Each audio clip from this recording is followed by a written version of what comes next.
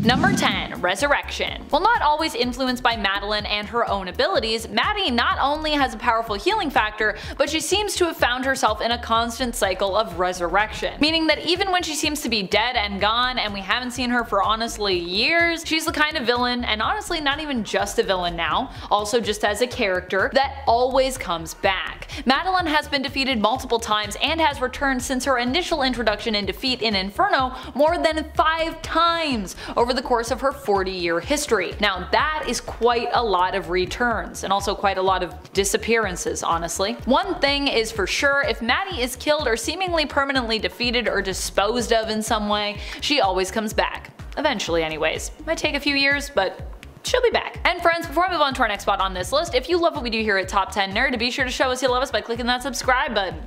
Number 9. Phoenix Force. The Phoenix Force is literally a part of Madeline Pryor. No, seriously, she wouldn't exist without it. While some might argue that Madeline Pryor is a weaker version of Jean Grey, those folks likely don't understand her origin. At least her retcon origin. Not the origin Chris Claremont originally intended for her, but the one we got. Jean has been connected to the Phoenix Force before being its host, but Maddie is literally made from a piece of the Phoenix, with a piece of it residing inside her. So she doesn't need to be a host of the Force to tap into its raw power and energy. The Phoenix Force is one of the most powerful forces in all of the known universe, and potentially even the multiverse over at Marvel, considering it has the ability to literally rewrite reality. Because Maddie was literally made from it, this also means its potential lives inside her as well. Maddie did not know her origin and initially lived appearing as a normal human. It wasn't until she learned the truth of her origin, her retconned origin admittedly, that she began to be able to tap into her true mutant and even cosmic power. Number 8. Psychic Link. Madeline Pryor has the ability to link her mind to another being. We see her doing this during the initial Inferno event, and honestly, it's pretty scary. It is in doing this that she almost completely destroys and defeats Jean Grey during their fight against one another. I can't even imagine having my mind psychically linked to someone, especially not someone who looks identical to me and seemingly kind of stole my life. I mean, whichever way you want to look at that, either from Jean's perspective or Maddie's perspective, they could definitely both share that perspective when looking at the other of someone stealing someone's life. Initially, the two women shared a psychic link, one that Madeline later exploits during Inferno in an attempt to kill Jean, although of course through harming herself. Madeline's plan at that point is to basically take her own life, thereby destroying Jean through their link, thereby taking Jean down along with her. If I'm going down, you're coming with me, and I'll go down if it means I can defeat you. Number 7. Lives on in Jean. I think one of the most wild powers that Maddie has in the comics that we tend to overlook is her influence over Jean. Now, following the events of Inferno, Madeline's personality and memories basically lived on in Jean Grey. Jean was forced to take both Maddie's psyche and the Phoenix Force within herself in order to survive Maddie's psychic attack on her soul. This actually gives Madeline some power through Jean though. It's actually through Madeline's influence that Jean and the X-Men decided to fatally attack Mr. Sinister, seemingly destroying him permanently after Inferno. Although of course in reality he would return, because that's comics for you. Normally such use of lethal force would not be the X-Men or Jean's way, but it was Maddie's influence that actually prompted them to act as such. While it's not a power that Maddie can easily control or flex necessarily, it's still pretty impressive to think that technically Sinister initially being permanently defeated was in good part because of Maddie's influence on and manipulation of the hero's psyches. Number 6. Take your memories. At one point, Madeline Pryor attempts to take all of Jean's memories, and even threatens to do so. During the Dark Web event, she actually worked with Chasm, the current evil persona of Ben Reilly, who had worked on a device that would forcefully take someone's memories from them. Ben was doing this to basically get the memories that he lost back during the Beyond event, aiming to get them back from Peter Parker's Spider-Man, since Ben's early memories were initially copied from Peter's mind when Ben was created. Without them, there was a big hole in his mind and his personality, a chasm, if you will, get it? Teaming up with Ben, Maddie sought to retrieve memories of raising her baby, who would eventually grow up through time to become Cable, from Jean. She felt that she was basically robbed of these memories after she was defeated in the initial Inferno event, with Jean taking over her role as baby Cable's mom. However, in the end, Maddie didn't have to forcibly take Jean's memories at all, as instead Jean chose to willingly share them with Madeline, having never wanted to fight her in the first place. However, it was still a power that Madeline has, and she could have used it, but she didn't. Number 5. Control over demons. Madeline Pryor isn't just known as Madeline Pryor. In the comics, she also has another name, the Goblin Queen. In fact, when I was recently cosplaying Maddie at SDCC this year, most people referred to me by that name. They call me the Goblin Queen. Most people knew me either as Jean's evil clone or just the Goblin Queen. Maddie earned this name after she made a pact with the demon of Limbo, thereby becoming their queen. Although she may have felt pretty in her power at that time, in reality she was still kinda just being manipulated by them somewhat. Still, Maddie did hold some sway over the goblins and demons of Limbo, considering that she was their ally and their partner. And you know, Goblin Queen. But like I said, how much power did she have at that time? I don't think she had a ton, really. Number 4. Her secret name. The really wild thing with Madeline Pryor that still amazes me is her secret name. I'm not talking about her title as the Black Queen or even the Goblin Queen. I'm talking more about the fact that no one really seems to know just how to spell her name. I constantly run into this on the internet, and while it might not seem like a power to some, in the DC universe and other different magically based worlds, it would likely be considered an asset. It would be considered a power because it would protect you. Madeline's name is spelled M-A-D-E-L-Y-N-E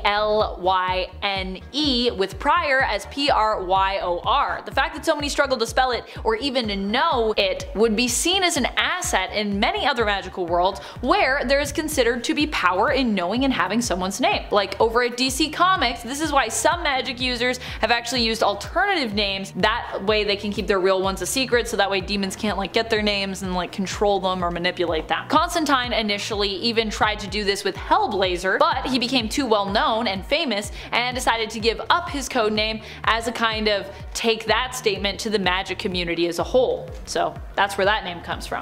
Number 3. Leave you speechless. As I said earlier, Madeline Pryor isn't just a powerful psychic, she was also crafted from a piece of the Phoenix Force by Mr. Sinister, putting her on the same level, if not above, potentially, someone like Jean Grey. Still, even then, I was pretty shocked when she reappeared in Hellions and used her powers to make Havoc's mouth literally disappear. This could be perceived as an illusion, an illusory power, but the way it was gruesomely portrayed makes me think it was more of like Maddie manipulating and rewriting reality to literally erase Havoc's mouth from his face, which she either did through, you know, maybe Phoenix connections or just through magic. A la Scarlet Witch with Black Bolt in Doctor Strange in the Multiverse of Madness. Pretty spooky stuff.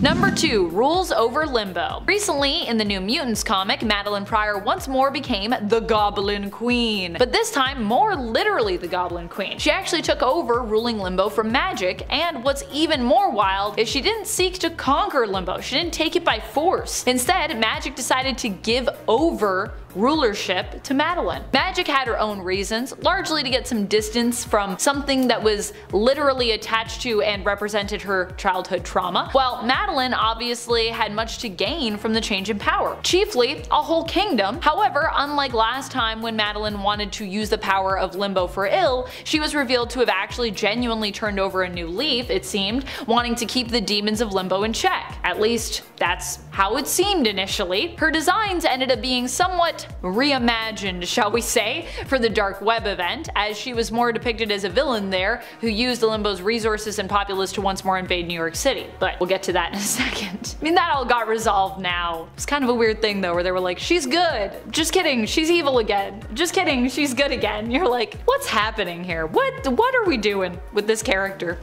Number 1. Master Diplomat? Madeline Pryor is perhaps working towards becoming a master diplomat and leader. At the end of the Dark Web event, with Maddie once more being reformed and even becoming an ally of the X-Men during the event, fighting alongside them and even getting to call on them to assemble, so nice, she decides to open up her own embassy for Limbo, stationing it in New York City. Maddie does this to bring the darkness into the light, believing the spirits of Limbo have been hidden away for far too long, seeing them as representing her own darkness and basically saying like, we try to like hide our darkness and suppress it and like put it away, but you know what, in order to heal we need to bring it out into the light. She intends to make sure that the beings of Limbo are no longer rejected and in fact are seen and accepted by the world above and in this case now around them. which I kind of love, honestly. I think that's beautiful. At number 10, he's a god. I think this is something that a decent amount of people forget. Thor is literally the god of thunder. Like, yeah, he's a demigod technically, but he's still a freaking god. And this comes with a whole bunch of associated powers, like Superman toughness, senses, strength, and the fact that he's 1,500 years old. Yeah, that's also a thing. He's normally depicted as being 1,500 and 1,800 years old, which makes me really question the ethics and morals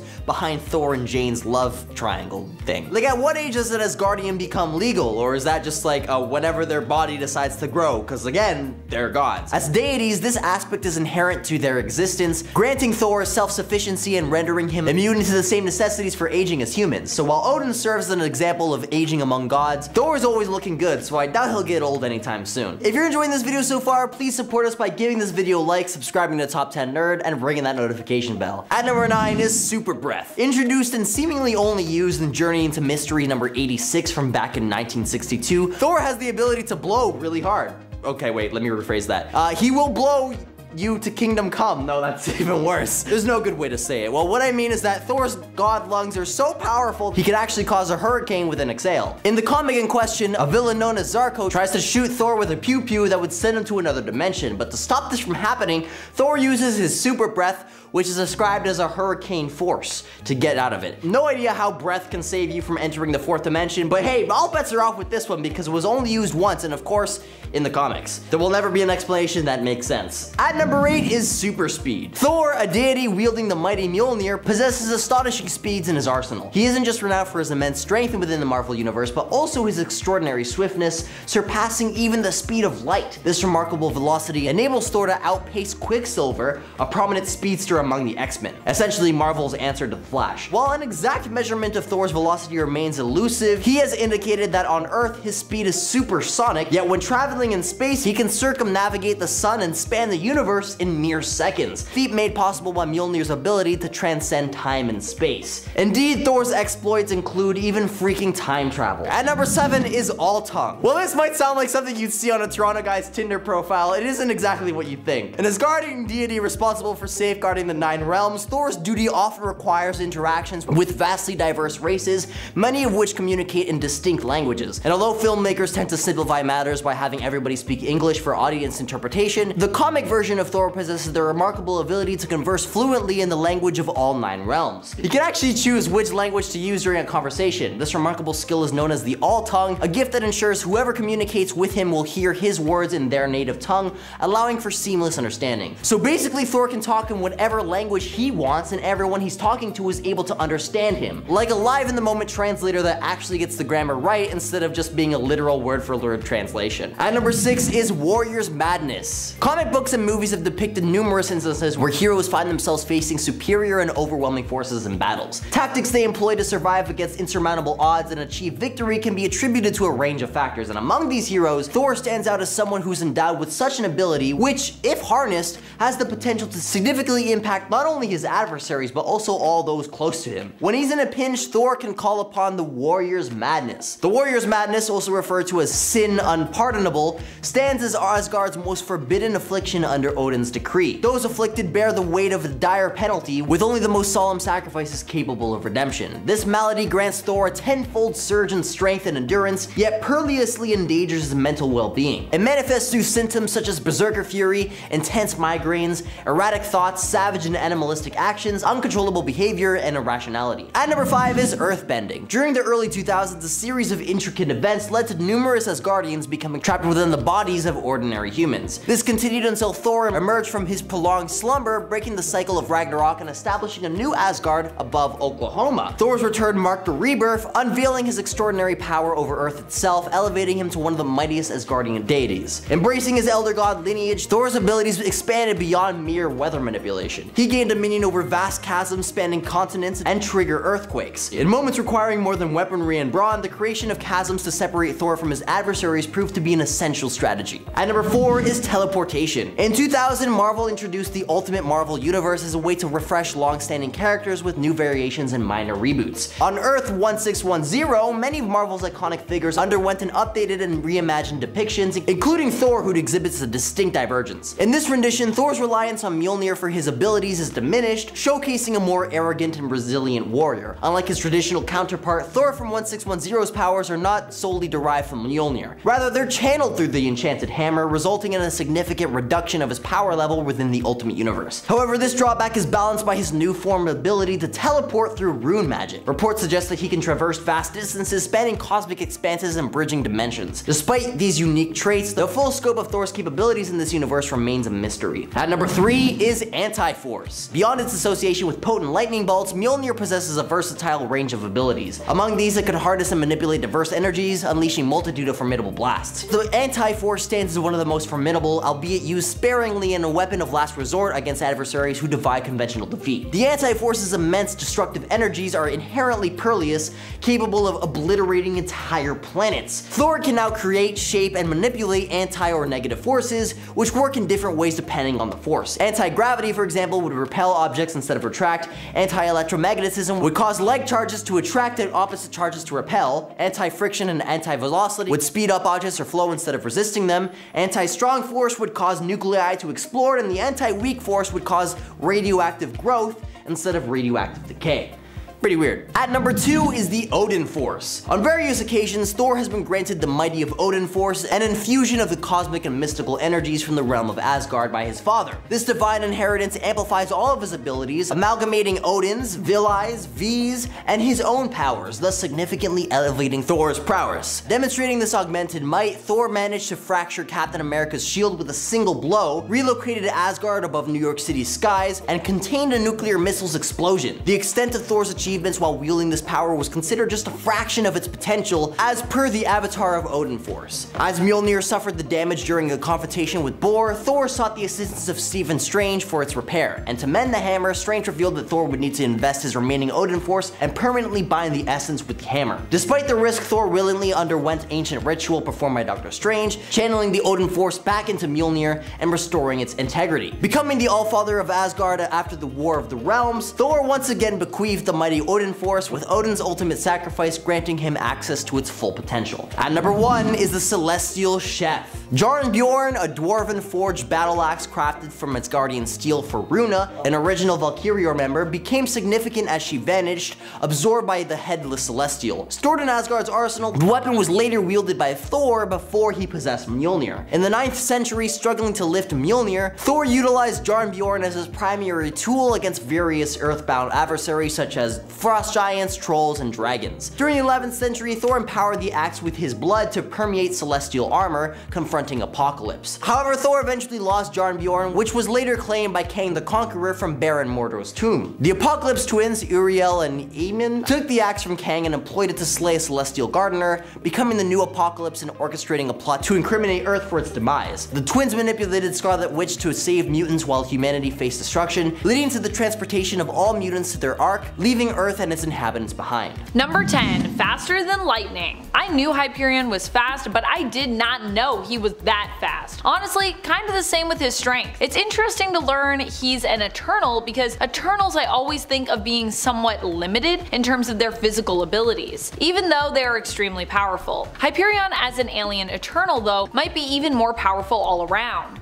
In addition to the super strength you've likely marveled at before on the page, Hyperion is also extremely fast and has been shown to move faster even than light itself, if we are talking the Earth 13034 version of the character, which is also considered one of the main versions. We'll get into that in a minute. And friends, before we move on to our next spot on this list, if you love what we do here at Top 10 Nerd, be sure to let us know that you love us and that you love Hyperion by giving this video a thumbs up. Number 9, Eternal Physiology. Seriously, I just learned this one, even though it seems oddly intrinsic to this character. I don't know how I missed it. I thought Hyperion was just a powerful alien from another world like DC Superman, being one of the Marvel equivalent characters, and he is, but he's also, in a very Marvel way, an Eternal, a powerful powerful eternal alien. So I had to share that with you in case, like me, you also did not know this and you just thought he was an alien from another world. The important thing to know with Hyperion is there are many different versions of him, since he himself is not even inherently an Earth 616 main continuity character. And when it comes to which Hyperion is considered the mainstay,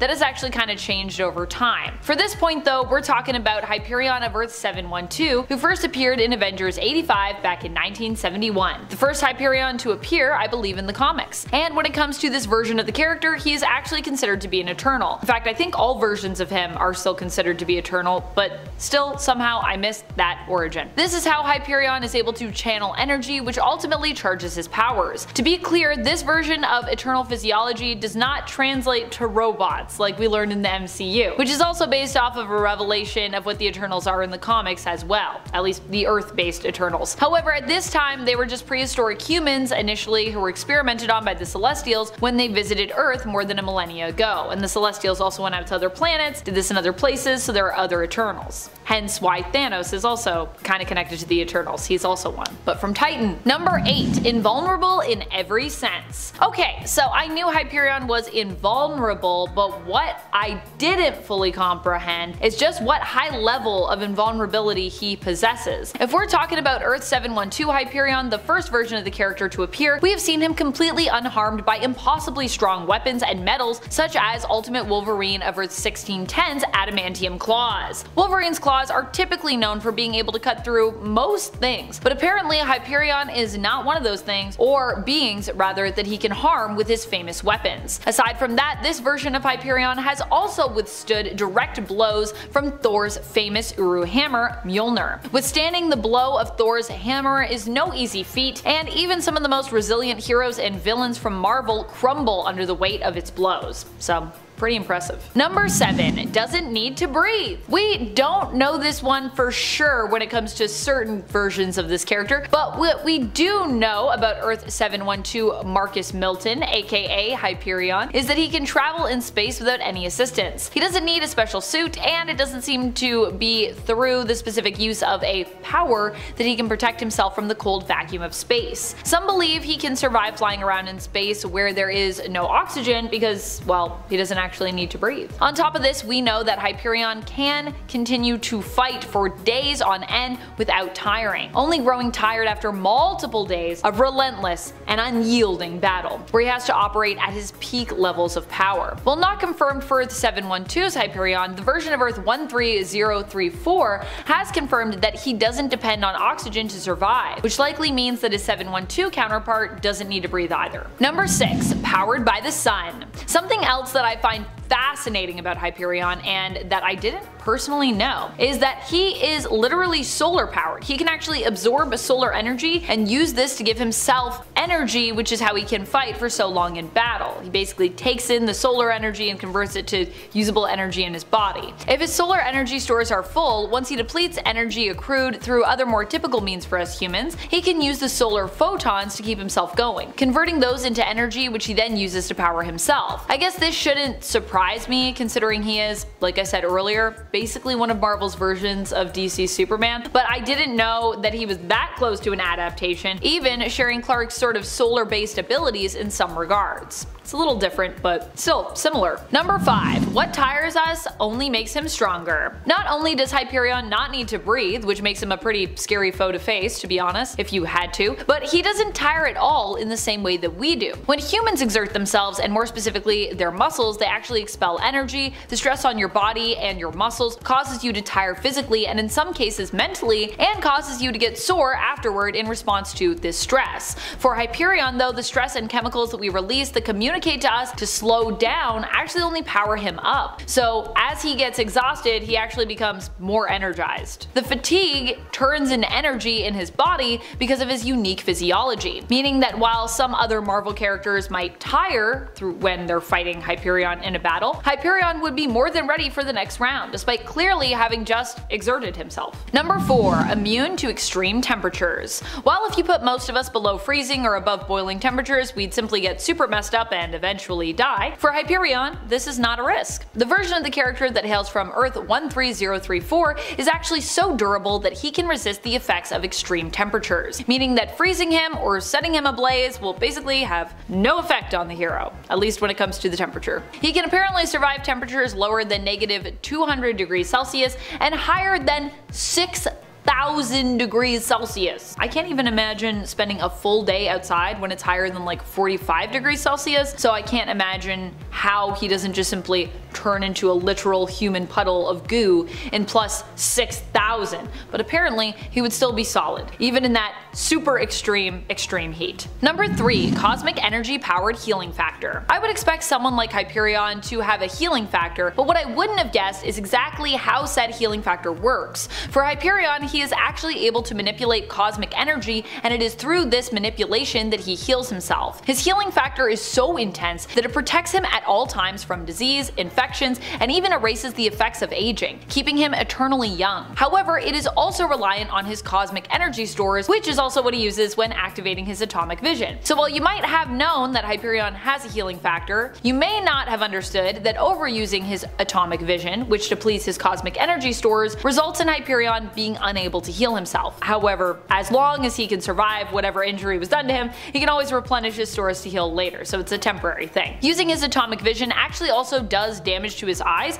meaning that he actually has to use the cosmic energy to do both if he wants to be able to see after using his atomic vision powers. Number 2. Microscopic radiation vision. Hyperion can also see things that most humans cannot, such as microscopic traces of radiation on the human body. At one point, he is asked about a dead body and is able to identify that it is not from the same world as the one he occupies. He can tell this just from looking at the body that the solar radiation it has absorbed is basically not the same, thereby discerning that the being is from another world entirely. He shares this information with S.H.I.E.L.D. director at the time, Maria Hill, but believes that is something that she already knew about and wonders what else she knows that she might be keeping from him. So Hyperion isn't just a heavy hitter, he's also quite intelligent and has enhanced senses that only add to his knowledge and perspective of the world around him and those that inhabit it. Not someone you want to mess with, guys. Not someone you want to mess with. Number 1. Held off an incursion. If you are not familiar with the incursions, they are basically when various worlds started to come together, colliding. As a result, many Earths, their heroes, and their villains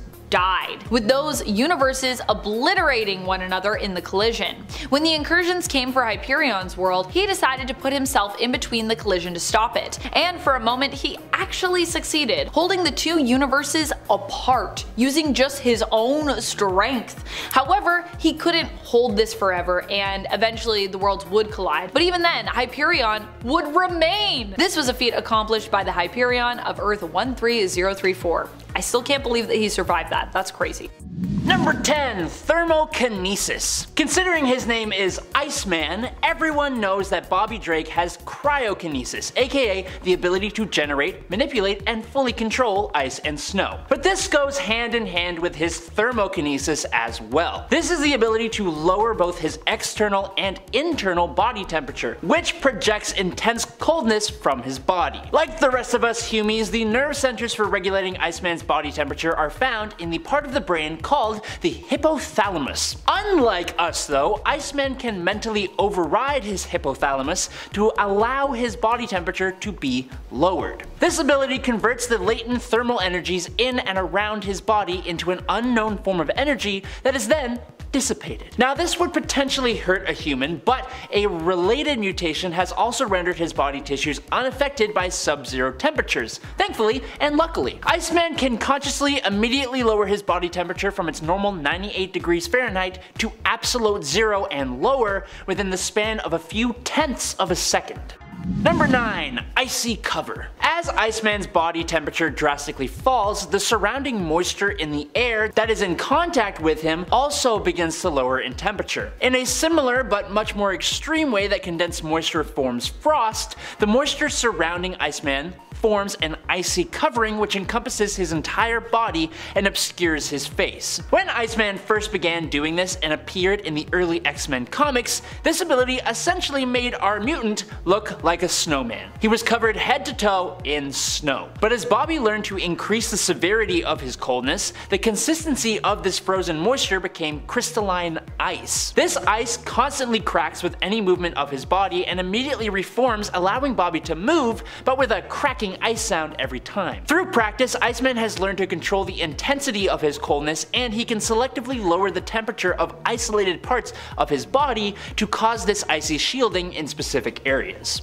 Number 8. Organic ice form. But Bobby doesn't only cover himself in ice, he can also completely become ice. Hilariously and kind of redundantly, it's called organic ice. I don't even know if that makes sense. Though the appearance can be similar to when he covers himself in ice, in this form, Iceman is now virtually indestructible, or rather, he is basically unkillable, able to reform himself from being shattered or evaporated, and he is completely translucent in his ice form as well. He has even been incinerated while in human form and was able to rebuild himself in ice. In his ice form, he is able to use the moisture in the air to form spikes, shields, and attach other extra appendages to his body, which he can use in combat.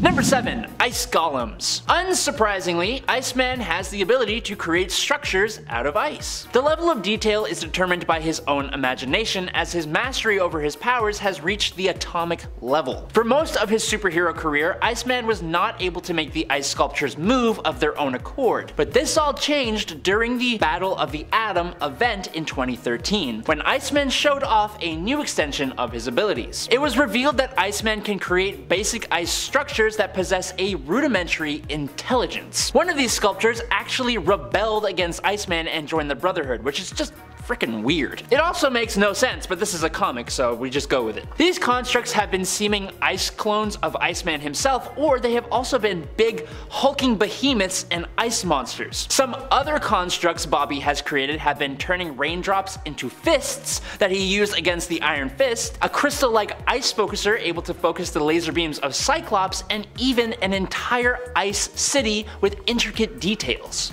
Number 6. Ice Zord. Bouncing off those semi-sentient constructs to something a bit more awesome that I think deserves its own whole point. In Wolverine and the X-Men issue 33 to 34, Iceman is part of a group of mutant faculty at Wolverine's Jean Grey School for Higher Learning sent to take on the Hellfire Academy and Cade Kilgore. Cade has been utilizing a handful of sentient living volcano behemoths to defend his academy, and while the heroes have a sentient living island fighting on their side, they only have one. So, what does Iceman do? Iceman creates an absolutely massive ice behemoth that looks like Voltron or like a Power Ranger Zord, with an absolutely massive ice sword, and he takes it into battle, slicing the behemoths apart and yelling "Glacier Fist" as he commands the ice Voltron from inside an ice cockpit. It's absolutely amazing and completely bonkers.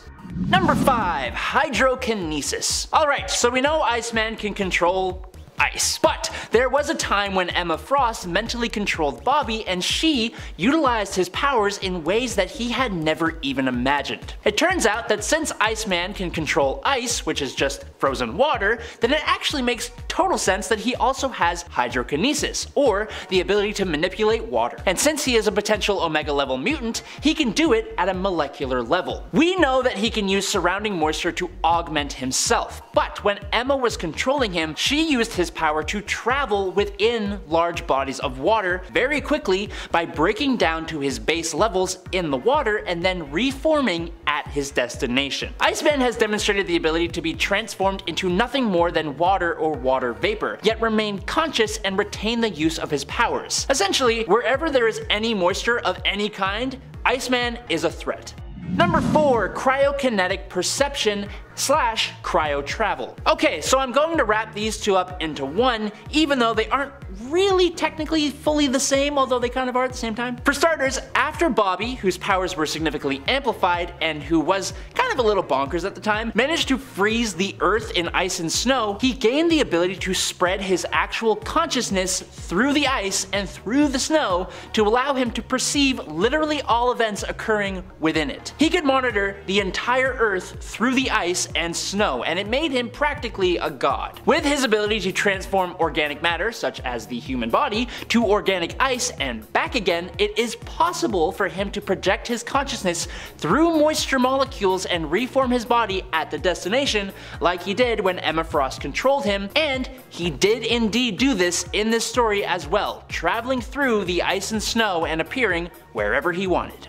Number 3. Cellular replacement. We already talked about, a few times, Iceman's hydrokinesis and how he has literally turned himself into and traveled through the molecules of water. Well, Bobby also eventually discovered that he was able to use his control over moisture to draw ambient moisture into himself and thus use that moisture to replace his own body's cells. Quote, a body swap done one piece, one cell at a time. This upgrade to his already insane abilities allowed Bobby to avoid receiving a fatal dose of neurotoxin by letting the poisoned molecules of his body dissipate into vapor and then be replaced by untainted water molecules from his surroundings. Iceman can replace his own cells with new ones, healing and purging himself by remaking his own body. As long as there's moisture, Iceman cannot be stopped, it's just a fact. Number 2. Thermovision. With such a fine-tuned control over cold and temperature like what Iceman has, it would make sense that he would be able to maybe sense or feel heat. But it turns out he can literally see it. Because of the absence of heat around himself when his temperature is dropped, Bobby can literally see beings simply based on the heat signatures they give off. This happened most famously when the X-Men were facing against Onslaught. At the time, Onslaught managed to mess the X-Men's perception of things and became invisible. Luckily, the X-Men had Bobby. He scanned the entire room, and thanks to the heat that Onslaught's body was naturally giving off, Bobby saw Onslaught the minute he entered the room, using his ice blasts to attack him and break his psionic shielding, allowing the other X-Men to see him too. And finally, in at number 1, he can stop the Juggernaut. The Juggernaut is not just strong. The Juggernaut is fueled by magic, powered by a massively powerful extra-dimensional being called Sidorak. Through Sidorak, Juggernaut was granted the ability to gain unstoppable momentum with each step, to the point that not even the hammer of Thor can stop him in his tracks. Who cares about ancient magical Uru metal hammers though, when you have the power of ice? Iceman managed to completely stop the Juggernaut in his tracks during one of the X-Men's many encounters with Cain Marko. Now it is worth noting that Juggernaut was not in his top form at the time, but regardless, stopping the Juggernaut dead in his tracks using massive amounts of ice to immobilize him is incredibly impressive. But it wasn't the only way Bobby has stopped the guy, and this one, I have to warn you, is ridiculous even for a comic book. During another battle with the Juggernaut, Iceman got creative with his powers. Iceman used his powers to, and I quote, freeze the speed of light around him. Freeze the speed of light around Juggernaut. Iceman is so powerful he temporarily rewrote the laws of physics themselves to achieve his victory. It's also worth noting that in this same fight, he created wings made out of ice that actually allowed him to fly, which I don't think is possible. Personally though, if it was me, and I'm just gonna put in my own little opinion here, I would just make like a loop of ice so the Juggernaut slips and goes around and around and around and around, gaining speed and momentum, and then I would give it like a little offshoot ramp and just send him careening into space, like unable to stop. He would just be gone. What are you gonna do? Nothing. You can't stop. I'm just saying. Number 10. Control over life and death. Obviously, as the Phoenix or even the Dark Phoenix, Jean has been shown to have this ability. But did you know that this power actually first manifested when Jean's powers did, really going on to showcase the potential of her future abilities? When Jean's best friend Annie died when she was little after being tragically hit by a car, the traumatic experience caused Jean's powers to manifest. She reached out and created a psychic link between her and her friend, and despite being very new to these abilities, Jean was actually able to hold her friend's mind there, keeping her alive and trying to protect her from the encroaching darkness. Unfortunately, she was not strong or skilled enough just yet to do so for more than a few moments, and ultimately could not bring her friend back to life as Annie's injuries were simply too great. Eventually, Annie's mind disappeared, dying while their minds were linked, leaving Jean alone in the darkness. And friends, before we move on to our next spot on this list, if you love what we do here at Top 10 100% nerd, and if you love when I get to talk about Jean Grey, I know I do, be sure to let us know by clicking that subscribe button if you're not subscribed already. And if you are, thank you. Number 9. A God's Mind. Sure, the progenitor at this point is not your standard celestial. It was actually created by the Eternals and the Avengers, chiefly with major help from the mutant Mr. Sinister and the main Avenger Tony Stark. The progenitor was revived and reprogrammed, given new morals that were dictated by Earth's heroes in the hopes that it would help the Eternals in ending the war between Druig, who was then ruler of the Eternals, Eternal Prime if you will, and the mutants, who he had classified as deviants. However, this plan backfired when the Celestial decided to blame the inhabitants of Earth for the state of the planet, and put the entire populace basically on trial. In an attempt to save the world, Jean and a covert team infiltrated the progenitor, moving around inside it in the hopes of reaching its kill switch, so they could basically turn it off. Without Jean though, they never would have even made it very far. At the end, Jean was also crucial to the team's efforts, holding psychic damage that would have easily crushed them at bay, and breaking into the Celestial's mind. No small feat considering Celestials are giant cosmic gods. And yes, I know this one was one that was still made by the people of Earth sort of, but still, the wiring's all still there, you know what I mean? Number 8. Telepathy. While this one might seem obvious to most readers in the present day, it's important to note that Jean's powerful telepathic skills were actually for many years a secret to both readers and actually to Jean herself. Initially, when we're introduced to Jean in X-Men issue number 1, it is her telekinetic abilities that are put on display. She like picks up a book and like flips through it. And I gotta admit, initially Jean's powers actually seem like the best of the bunch, with the most potential in terms of power levels. And yes, I know this is not how Jean's powers would be depicted, but I'm just saying in that first issue when I was introduced to Jean, I thought she was super cool. However, this feeling of her being super powerful that I had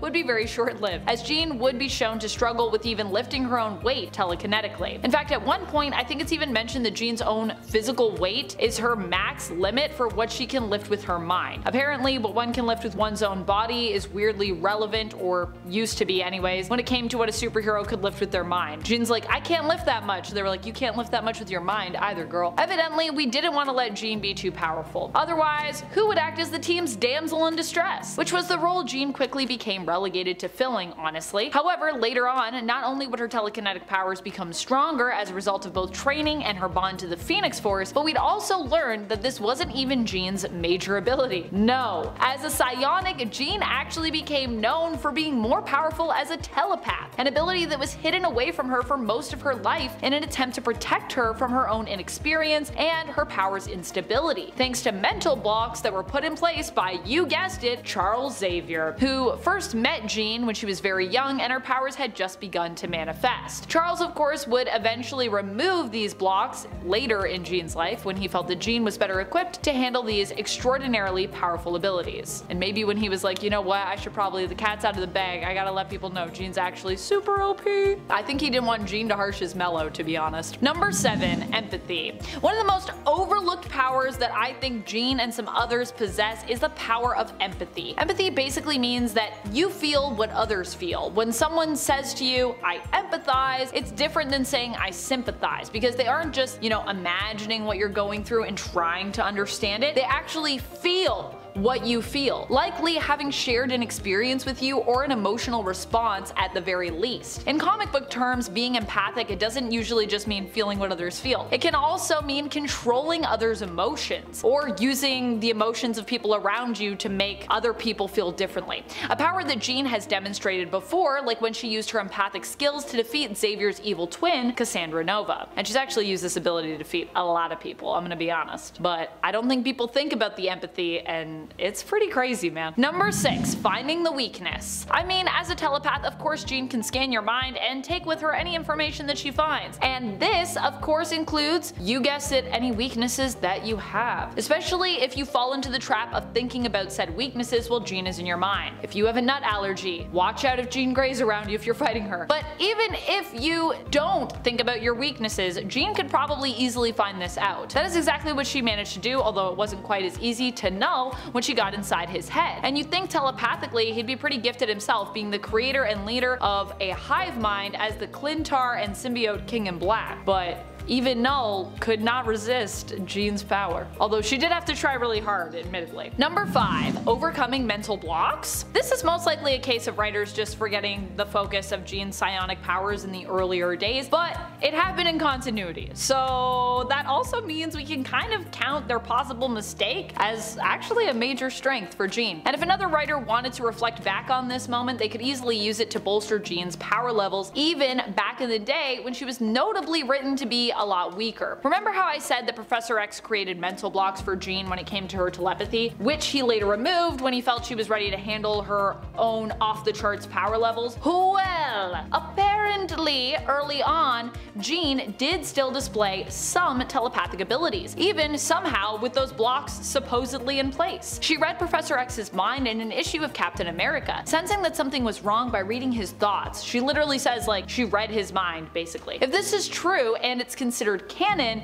it would mean that Jean temporarily pushed through Xavier's mental blocks to read his mind, which, gotta be honest, that's like on a whole other level of power, I think. So if we want to count it as canon, there you go. Number 4. Interstellar travel. When it comes to those with psionic abilities, we don't typically think of them as cosmic heroes who can fly through space and fight aliens, but guess what? Jean can. While bonded with the Phoenix Force, Jean has been shown to be capable of interstellar travel, propelling herself through space. The vacuum of space, she can just fly right through it and she feels fine, doesn't even need a spacesuit. She has also been shown to be able to fly and make it appear as though others are flying on Earth by using her telekinesis, but that one you probably already knew about. The interstellar travel though, that might have caught you unawares. Number 3. Communicating undetected. Another great power as a telepath that Jean manages to have is keeping her telepathic conversations secret, which, when there's a lot of other telepaths around you, is not easy. Basically, there are many other powerful telepaths around you who could be trying to pry and eavesdrop on you, and a lot of them are also powerful. But Jean has managed to keep more than a few mental conversations a secret, even from some of the other most powerful telepaths in the universe, including Null, the god of symbiotes. While Null himself was in the middle of a telepathic conversation with Dylan, Jean actually managed to use her powers to slip into said conversation completely unnoticed, with Null not even aware that Jean was also talking to Dylan telepathically at the same time, and that Dylan wasn't really listening to him so much as he was listening to Jean. Honestly kinda rude, but also, yeah, Jean's trying to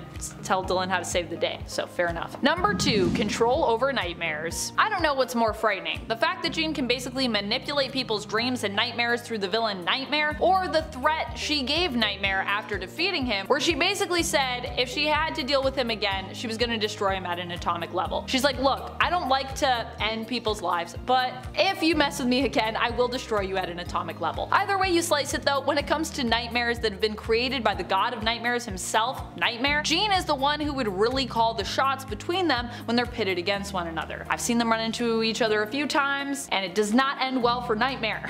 Number 1. The Phoenix Force. This is less of a power and more of a really interesting fact about a power. So for those of you that heard me say that title and go, well obviously we know that, Amanda, yes, yeah, I know. But I actually didn't know this fact myself initially, and I was surprised by it somewhat, so I figured I'd share it with you. We all know that Jean is one of the preferred hosts, if not, I would say, the preferred host for the Phoenix Force. But did you know that the all-powerful cosmic entity was actually holding Jean back? That's right. Jean has stated before that she actually became aware after the Phoenix Force left her that it was causing her to hold back her abilities and her power for fear of the Phoenix taking hold over her, because then she wouldn't have control. So while many like to say that Jean has only ever been extremely powerful when she's merged with the Phoenix, it turns out it's probably just the opposite. So yeah, Jean destroying like a whole world, apparently that's Jean holding back. Which honestly, to me, I gotta say, that all kind of makes sense. Saying Jean isn't actually powerful and that it's all the Phoenix has always felt like a cop-out to me, considering it's her own power and her own empathy that the Phoenix was seemingly attracted to in the first place. So you would think that would mean that she's at least on the same power level as the Phoenix, if not more powerful, and that's why it was like, yeah, I want you as the host, because you got the power. In a 10 accelerated decoy, Miguel O'Hara possesses the proportional strength of a spider, granting him superhuman strength capable of lifting up to 10 tons at his peak, but this enhanced strength strength also extends to his legs, allowing him to leap great distances, reaching heights of at least 30 feet in a single bound, but also his speed. O'Hara's speed surpasses the natural limits of any human athlete, enabling him to move and run at extraordinary velocities. His agility, balance, and overall coordination are heightened beyond human capabilities, surpassing even the finest athletes, but his reflexes are so greatly enhanced where he can actually run so fast that he leaves behind a body double that enemies will focus on because they think that it's him. Yeah, that's right, the dude basically can create a time remnant, like from the Flash, but not. And at 9, telepathy. This one you might not have known. Miguel O'Hara possesses the ability to communicate with others through telepathy, although the full extent of this power is still unknown, and its exact limits have yet to really be explored. O'Hara has demonstrated effortless communication with others using this gift. It is believed that this telepathy is closely connected to his spider sense, although he doesn't really have it. It's believed that it's kind of serving as kind of a compensation, serving as just a unique manifestation of heightened senses. I feel that this connection was best demonstrated in Spider-Man Edge of Time from 2011, in which Miguel is able to use a sample of Peter's DNA from a genetics program at Alchemax to create a chronal link, which is just a telepathic link between himself and Peter. To which Peter asks, "Are the other me's in my head too?"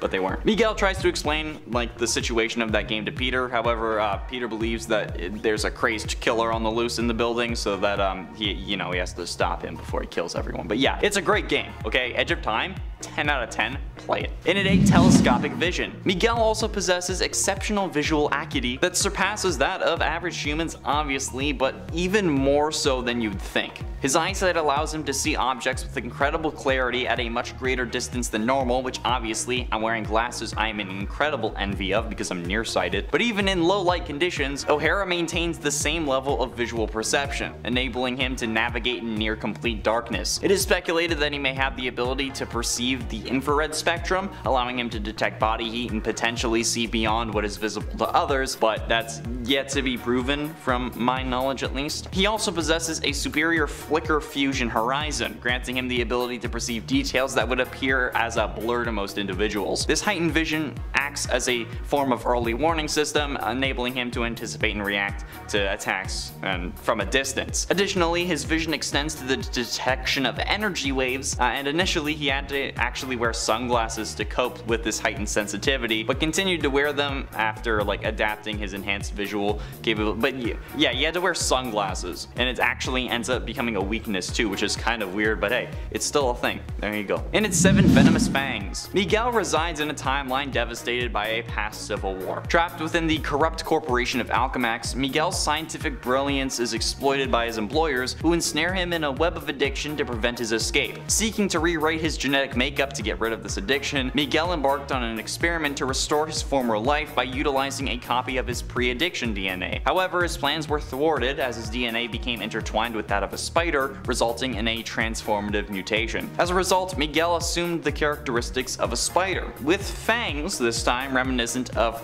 the arachnid species, and talon-like claws mirroring their legs. Alongside these physical changes though, he acquired, all the normal stuff. Super strength, speed, agility, but yeah, he has fangs that can actually inject people with a paralytic poison, which is insane. It's so creepy that Gwen in Into the Spider-Verse, or Across the Spider-Verse, thought that he was a vampire. If people are thinking that you're freaking Edward Cullen, then it's creepy, okay? The dude was 107, hitting on a 17-year-old and marrying her within a year and 8 months, and 6 of those months passed because they had broken up. If you're being compared to Edward Cullen, that's creepy. Sorry, bro. And it's 6, organic spinrets webbing. In Miguel's forearms, he possesses spinrets that produce a potent and adhesive web-like substance from the back of his wrists. This organic webbing serves for multiple purposes, allowing him to swing around buildings and restrain individuals when needed, but his webs are chemically identical to authentic spider silk, setting them apart from the synthetic webbing used by the original Spider-Man, more in line with the Sam Raimi trilogy, which could be where Raimi drew his inspiration from. But at the very least, he he won't have the issue that makes him run out of web unless he has a web block, at least if he's waiting an hour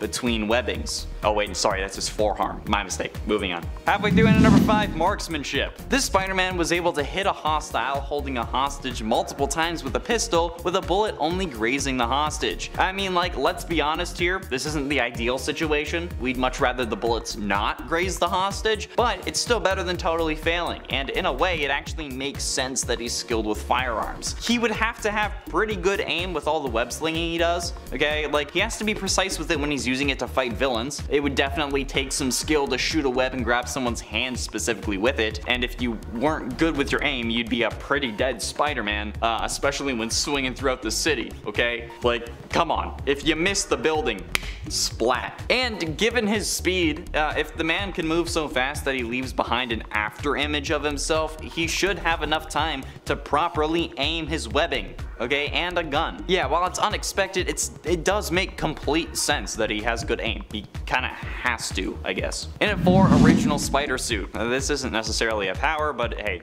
I'm gonna count it. O'Hara's costume incorporates advanced technology and materials to enhance its abilities. Constructed from unstable molecules akin to the future Foundation costumes worn by the Fantastic Four, it possesses exceptional durability to withstand the sharpness of his claws without tearing. Additionally, the costume features a lightweight airfoil positioned on its back, and this ingenious addition emits controlled anti-gravity particles, enabling O'Hara to gracefully glide and maneuver through the air by harnessing just the natural currents of updrafts. The combination of these innovative elements enhances O'Hara's mobility and agility, allowing him to navigate surroundings with even more ease and precision. So yeah, while it's his suit and not necessarily a power, it's enhancing his already just natural powers. So yeah, I'm gonna count it, and you're gonna deal with it. Again, this whole video is a canon event, you can't change it. In at 3, talons. In addition to all of the other extraordinary abilities, Miguel possesses retractable talons on his fingers and toes that allow him to crawl on surfaces like a spider. These razor-sharp talons, combined with his immense strength, can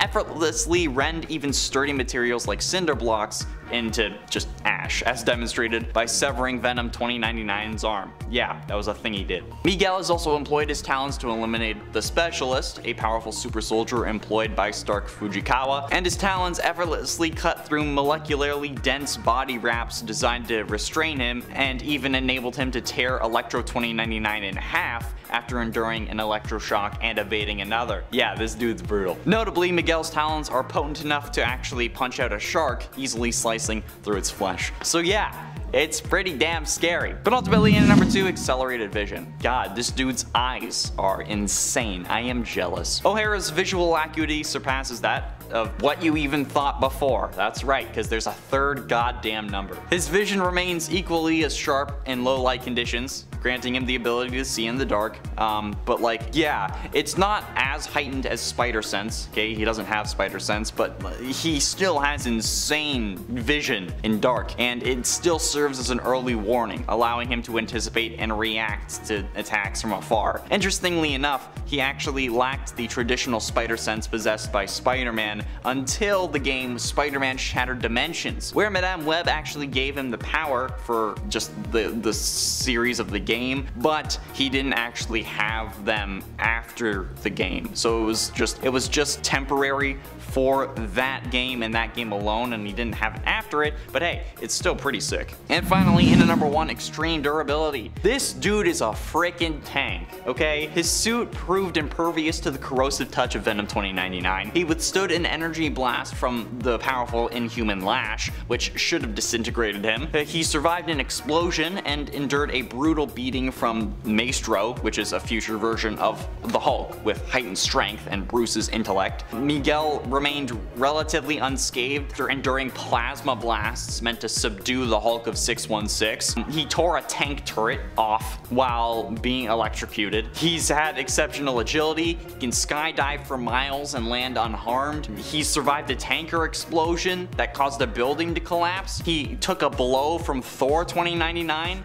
that sent him into a building, only coming out slightly dizzy. Doctors were astonished by his healing factor, but I'm astonished that he's still alive. alive, okay? Miguel shrugged off a point-blank shotgun blast to the chest and successfully dug his way out of a collapsed building. What the hell? And then in his upgraded suit, he can endure a direct hit from the howitzer artillery cannon, withstanding a staggering force of 100 tons. Yeah. What the hell? I thought that his eyes were bad, or I thought his eyes were good, but like, I want that. I want to be able to skydive for miles and just superhero landing it. That'd be dope. Imagine these videos. I would come in from the ceiling like Anthony Padilla every single time, and it would actually happen. It wouldn't be effects. But hey, if you want to see more crazy things, be sure you click in the video that's popping up on screen now. Hopefully it's not something like hottest female superheroes who were pregnant while fighting crime, because I'm sure that's something we've done. Coming in at number 10, talking to fish. Look, almost everyone knows Aquaman as the guy who can talk to fish. It's the most common thing brought up when talking about the hero. But that statement is both a huge misunderstanding and only one small part of a much more interesting ability. Aquaman is not like the Deep from The Boys. As far as we know, fish and marine life are not at the level of intelligence that allows them to hold conversations. They can't tell you how their day is going or try and maintain relationships with us, and honestly, why would they want to? We kinda suck. Aquaman is not actually talking to fish. Instead, Aquaman uses telepathy. He can hear the voice of the sea and communicate with its many denizens living within it, along with those who spring from it through empathic communication. While he is more than capable of using this ability to force marine beings to do what he wants, Aquaman prefers to telepathically suggest aquatic life towards his goal or out of harm's way in order to maintain their respect. This is something he has been able to do since he was a child, but it doesn't just pertain to aquatic life. Although he can't force humans or other creatures to do his bidding in the same way he can with the denizens of the sea, through his telepathy he is more than capable of weakening, probing, dominating, and attacking non-aquatic minds as well. And he's even used these abilities to boost up the power of his own teammates. Number 9. Accessing the clear. Prior to the New 52 reboot, Aquaman possessed the ability to tap directly into a force known as the clear. This primordial force is what binds all life in the sea and provides ocean-themed heroes with their superpowers. Thanks to his harnessing of the clear, Aquaman's awesome natural telepathy that we just talked about was augmented to a larger degree, allowing him to communicate with and summon sea creatures from the other side of the planet and send out telepathic broadcasts across the ocean. It even allowed him to form a universal consciousness with all life in the sea, enabling him to send his mind out to see through the eyes of sea life. Something interesting about this force is that, well, technically, all life at some point originated from the ocean. So, Aquaman can also push his telepathic powers to reach out to the higher land creatures to find that element of their brains that was once an aquatic dwelling creature and manipulate it. Now, post New 52, this connection to the clear has been altered slightly and is now known as a connection with the life force. The life force is one of the 7 forces of the universe, and for Aquaman, his connection to the life force is focused on marine life, and not just the marine life of Earth either. Through the life force, Arthur is connected to all living beings, which has enabled him to establish a supernatural link to any and all sentient entities throughout the entire cosmos. He can use this connection to determine a being's origin, as he was able to do when he determined that the Void Song came from an ocean planet after being in close contact with it. With the life force, a lot of his abilities are similar to the connection to the clear, with a whole bunch more still unknown even to Aquaman, which leaves some pretty exciting potential for his character and what powers he could possess in the future. Number 8.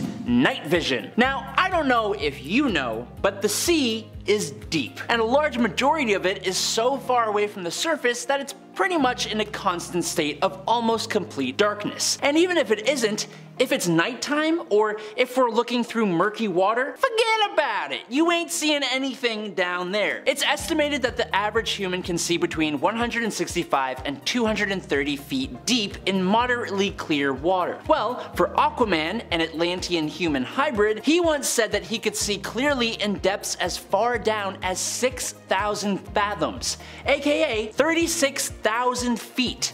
That is insane. That includes seeing through the murkiest of waters. So, now, Take that incredible supervision and put it on land where it's not inhibited by water, and Aquaman has incredible supervision, allowing him to see clearly in the dark and see things that other League members could never even hope to pick up on. Number 7. Summoning undead sea life. Some of our heroes' powers really only come to light or become useful in very specific situations, and some literally only appear in key events, never to be seen again. Now, an example of that kind of power for Aquaman came during the Brightest Day crossover event, which followed the awesome Blackest Night. In Blackest Night, Aquaman was one of a bunch of heroes and villains that were resurrected from the underworld to become members of the Black Lantern Corps. After their defeat, the remaining heroes and villains who returned to the land of the living had to now find their purpose. Aquaman was returned with the purpose of both saving Aqualad and preventing a war between Atlantis and Zabel. Arthur found that since he was resurrected to serve as a member of the Black Lantern Corps, he was now able to summon undead sea life to come to his aid. And trust me when I say that it is much cooler than you might think. Unfortunately though, it didn't really stick around for a long time. Number 6.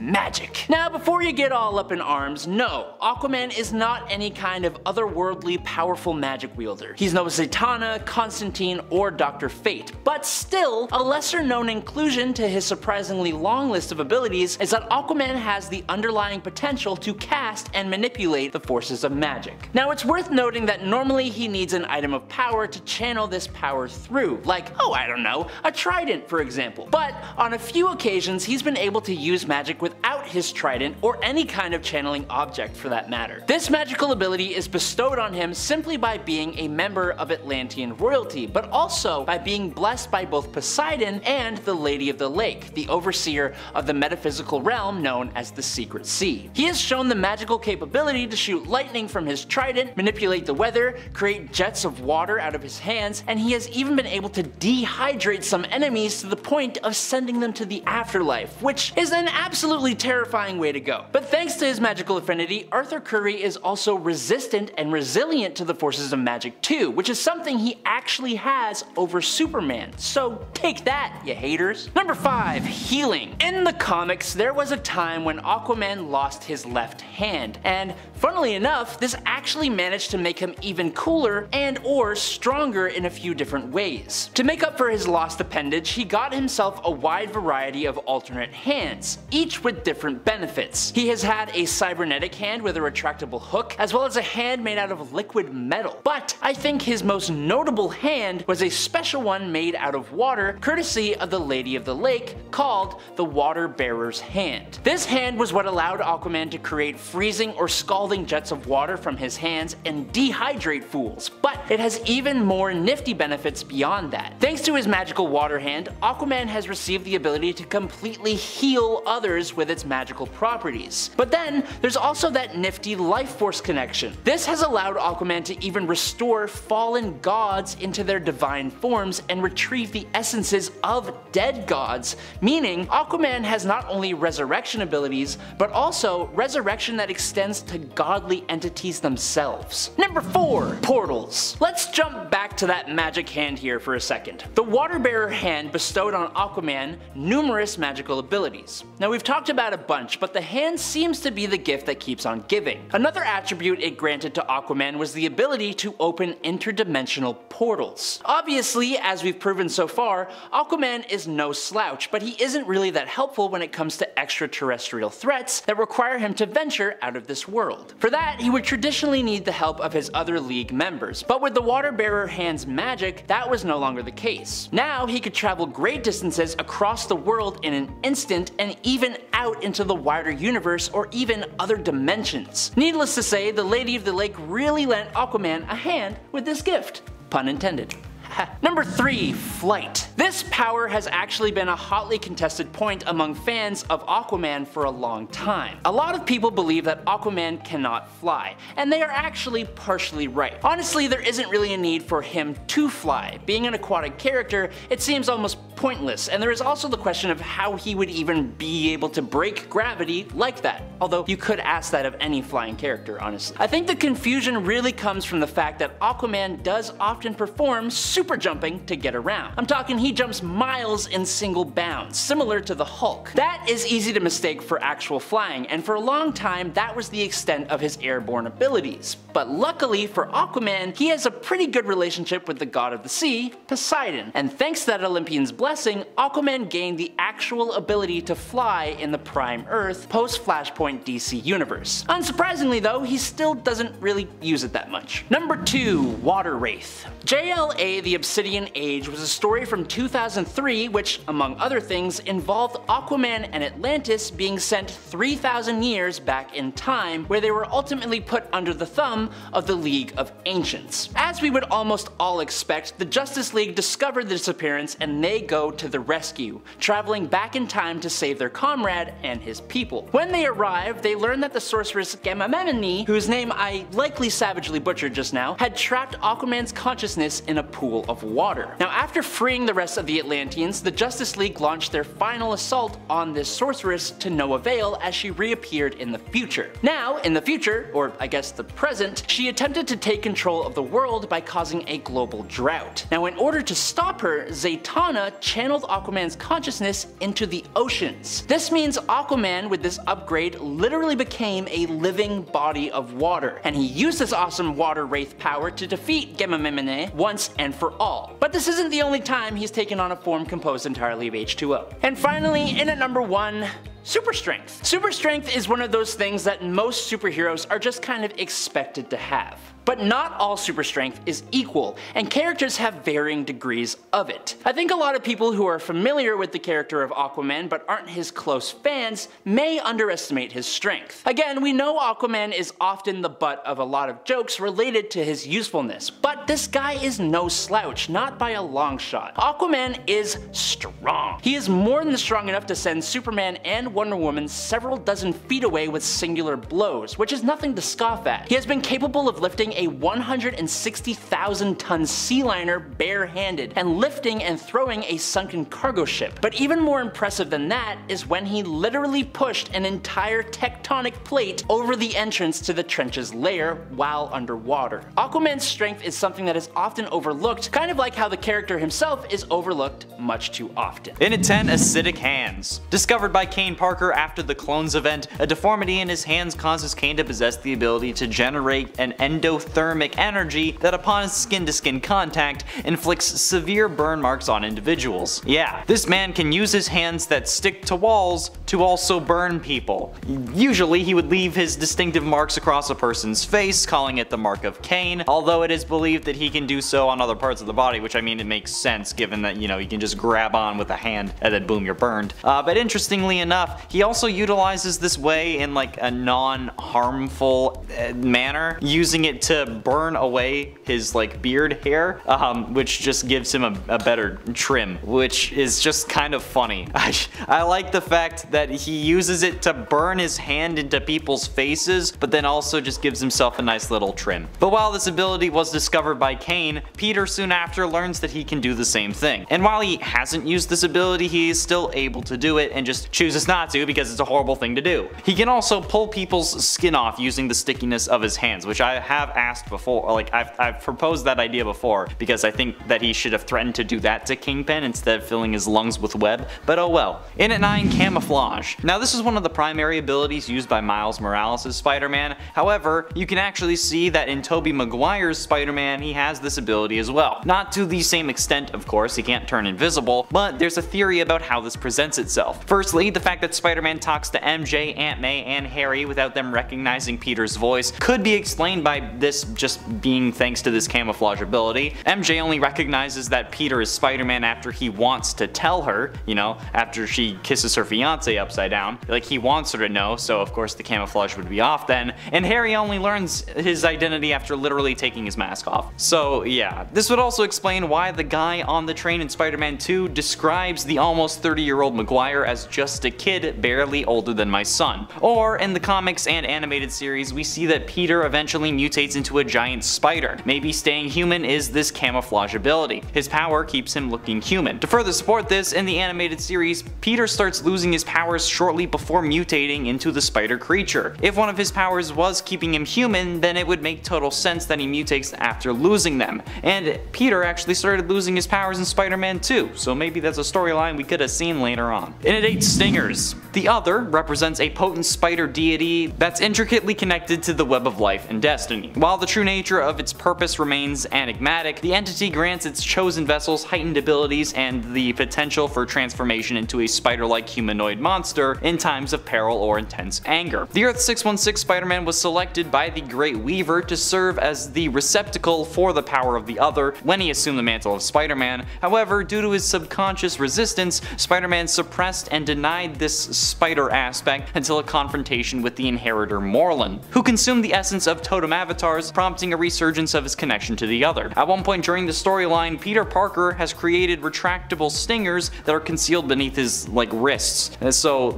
yeah, with these stingers possessed like a razor sharp edge that could be extended when needed, and then they also delivered like a venom that induced temporary paralysis into his target, which is kind of dope. Kane Parker actually is currently the individual who uses this ability because of course it's Kane, but yeah, it's still pretty dope. And it's 7 clairvoyance. When you think about it, Spider Sense is kind of predicting the future. It doesn't give you visions or show you exactly what will happen like is typically associated with clairvoyance, but instead it's presented just like a really good gut instinct. Like that tingling sensation that accompanies the Spider Sense can vary in intensity, providing an indication of the threat level, but like a casual encounter with a potential adversary who isn't actively engaging with an individual may trigger a mild alert, which means that you should be cautious. But on the other hand, when you're facing like an imminent and life-threatening danger like a sniper, like the sensation is going to intensify significantly, even possibly becoming painful. And instinctively it compels you into action. And while the Spider Sense doesn't reveal the specific nature of the threat, it offers you guidance on the direction that you should move in order to evade it and things like that. Okay, this extraordinary ability warns you of various perils, okay, ranging from projectiles to like lasers and even contaminated food. So yeah, I'm gonna call that a form of clairvoyance. I can't do that. When I do it, it's called autism.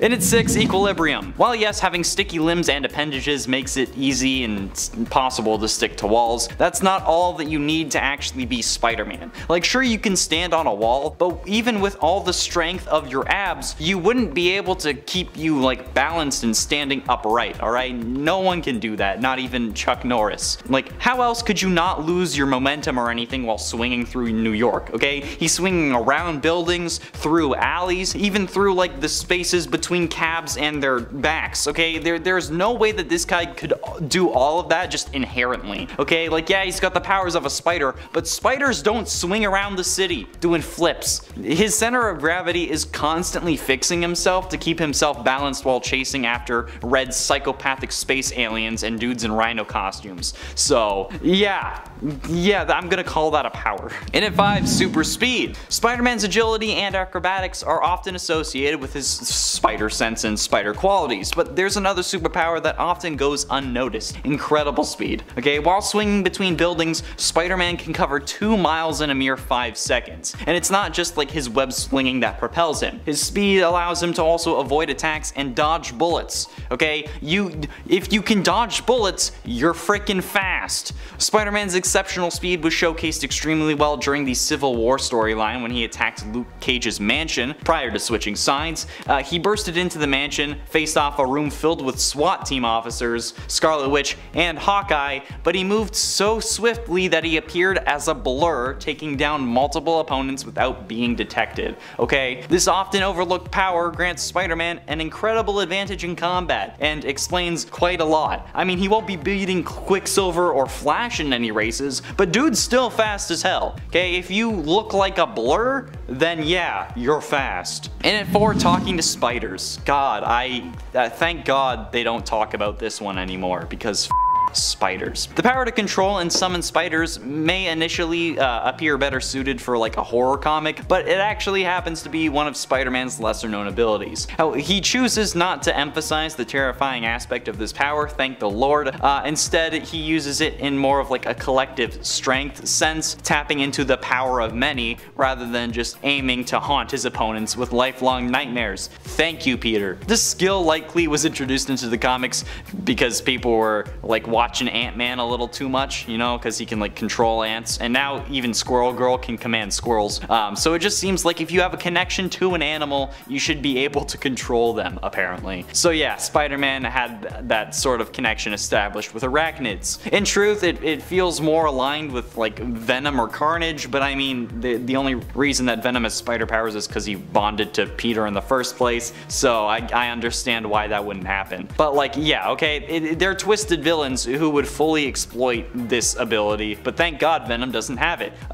Yeah, interestingly enough though, it's not the mainstream Spider-Man who possesses this ability, but rather Kane Parker, but I'm sure Spider-Man could do it too. If he can do the acid hands and he had the claws, I'm sure he could do this, but thank God he doesn't. Getting close to the end in number 3, regeneration. While webbing is handy for transportation and apprehending criminals and sometimes even just making a mess if you want to, Peter's mind actually lets him use this ability in unconventional and actually kinda genius ways, specifically turning it back on himself. This gave rise to the concept of a web cocoon, an audacious idea that bears resemblance to how Peter immobilizes criminals with webbing until the authorities arrive, because you know he wraps them up. But the only difference is that when Peter does the web cocoon on himself, he uses it as a tool for hibernation and accelerated healing. Peter has only used this extremely insane skill on one occasion, but it was because he sustained near fatal injuries during a battle. So he encased himself in a cocoon of webbing to induce rapid healing.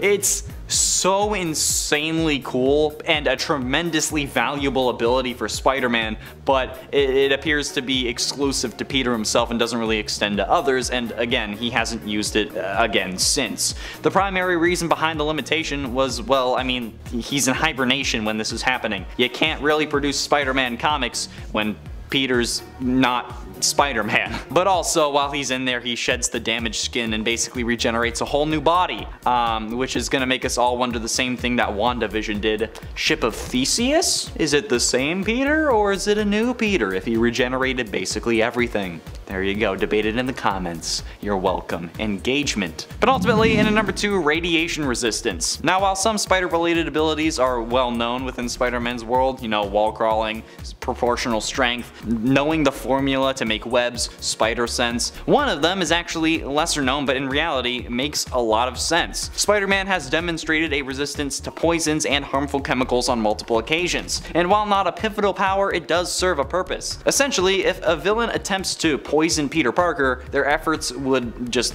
be in vain. Moreover, if Mary Jane were to betray Peter and attempt to slip something into his coffee, he would remain oblivious.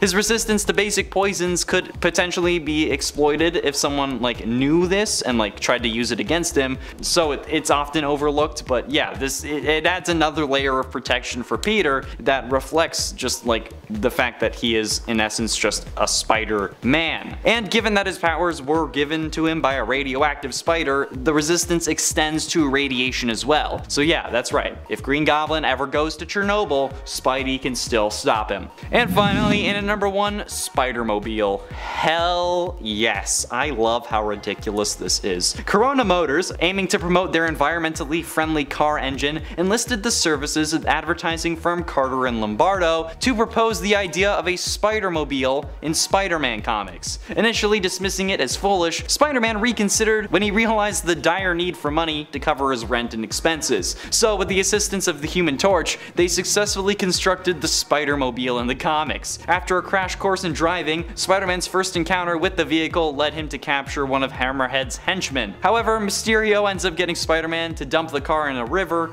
prompting Corona Motors to demand its return, despite the inability to locate it in the water. Spider-Man faced a modified version of the Spider-Mobile, engineered by the Tinkerer later on, engaging in a fierce battle with it. Spider-Man eventually subdued it and returned the damaged imitation Spider-Mobile to Carter and Lombardo, but yeah, that's a thing that happened in the comics. That's Yeah, there you go.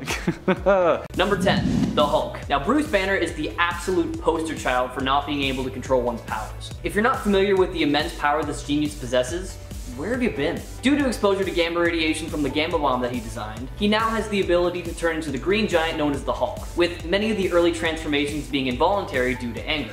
Well, he does eventually strike an agreement with the Beast Within.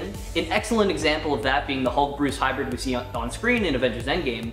It wasn't always smooth sailing. Now, how much control Bruce winds up losing to the Hulk is best described as a spectrum, because there are times when he completely loses himself to the Hulk-fueled rage, there are times when he retains his genius intellect, and there are instances of everything in between, really. First appearing in The Incredible Hulk #1 all the way back in 1962, the Hulk is a staple in comic book history, and I really hope one day he just gets a decent standalone movie. Number 9. Black Bolt. Now, the king of the Inhumans is a bit of a tricky one since he does have some control over his powers. He's just severely handicapped by them. Black Bolt's powers come from an organic brain implant that interacts with electrons in the air, and this implant is connected to the speech center of his brain. Now, similar to how Cyclops' powers is activated when he opens his eyes, Black Bolt's ability is activated whenever he speaks, no matter how loud he is, which leaves him effectively mute outside of battle. This has led to some major mishaps for the hero, like the time he accidentally killed his parents with the debris of a Kree ship he destroyed with his voice, or the time he fought Thanos and destroyed Attilan, which led to the release of a Terrigen mist bomb that, combined with the atmosphere, became deadly to mutants everywhere.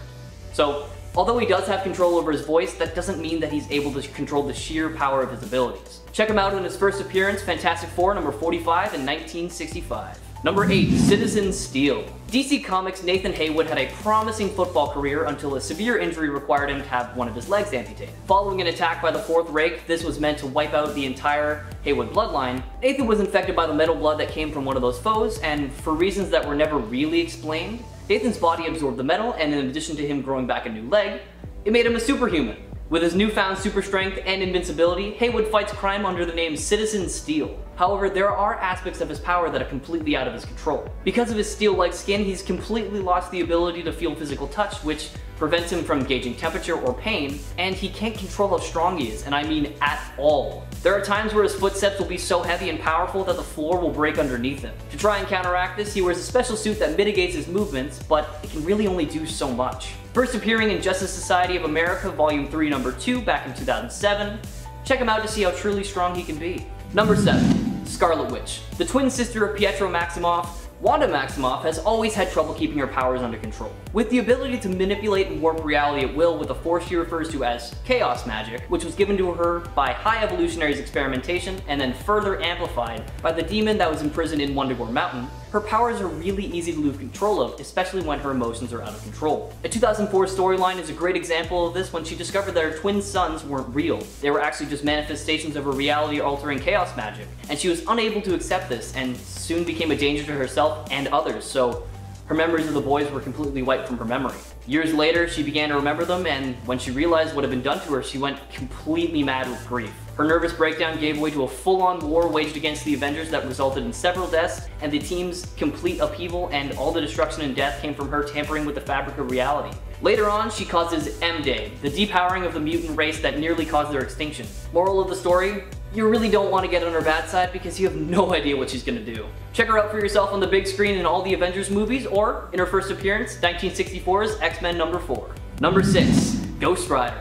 Don't worry, I won't be referencing the movies starring Nicolas Cage as Johnny Blaze, because if you sat through them like I did, I think you've suffered enough. Now, Ghost Rider's powers come from his black magic bond to the demon Zarathos, and he's always been a thorn in Johnny's side for decades. Thanks to this connection, Blaze gained the ability to transform into Ghost Rider, who possesses a vast array of powers ranging from hellfire manipulation to superhuman stamina. Similar to Bruce Banner, Blaze had very little influence on Rider's actions in the beginning, succumbing to Zarathos' control anytime evil presented itself. Over time, he gradually gained more control over his alter ego, using his powers to not only vanquish baddies, but to protect the innocent. Zarathos resurfaced several times over the years with various schemes to regain control of Johnny Blaze's physical body. At times, he's been successful, causing Blaze to once again lose himself to the Rider, but usually Blaze manages to come out on top and regain control. Take a look at his first appearance all the way back in 1972 in Marvel Spotlight #5.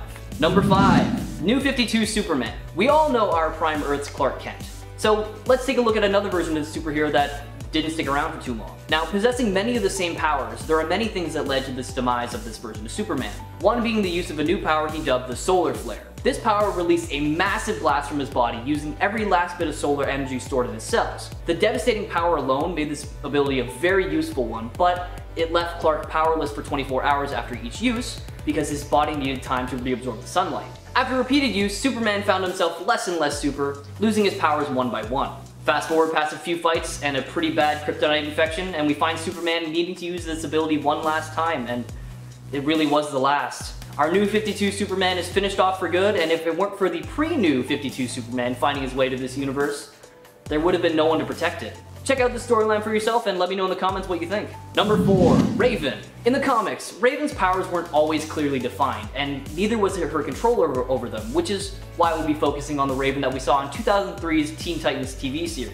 Born the daughter of the demon Trigon and the human Orella, Raven was primarily raised by monks and was taught to use her powers and abilities, as well as learn to keep her emotions in check. Now, upon learning that one day she would be used as a key element in her father's eventual takeover of the universe, she ends up fleeing to Earth, hoping to escape the fate where she eventually joins the Teen Titans. In the cartoon, it's clearly stated that her powers are dependent on her emotions, so the reason she acts so cold is to keep her abilities in check. But despite her attempts, Raven is still human, well, half human, I guess, and her emotions get the better of her a few times in the series. In the episode Fear Itself, when, after watching a scary movie, Raven's fears were manifested as a real beast that haunted the Titans' towers, and in the episode Switched, we learn of the connection between Raven's powers and her emotions when Starfire, in Raven's body, causes havoc in her chaotic emotions. Now, it really makes sense why Raven meditated so much throughout the series, and man, do I miss that show. If you haven't watched it, please do yourself a favor and find it on the internet. You will not regret it. Number 3, Friendly Fire. Now, little is known about this DC Comics character, other than that he's not the best hero.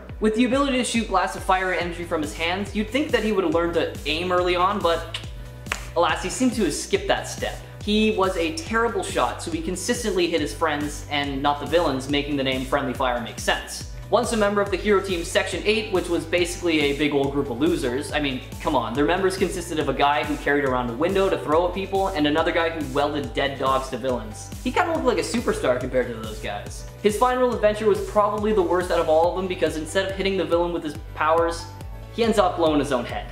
Check out this tragic yet hilarious story for yourself in 1997's Hitman number 18.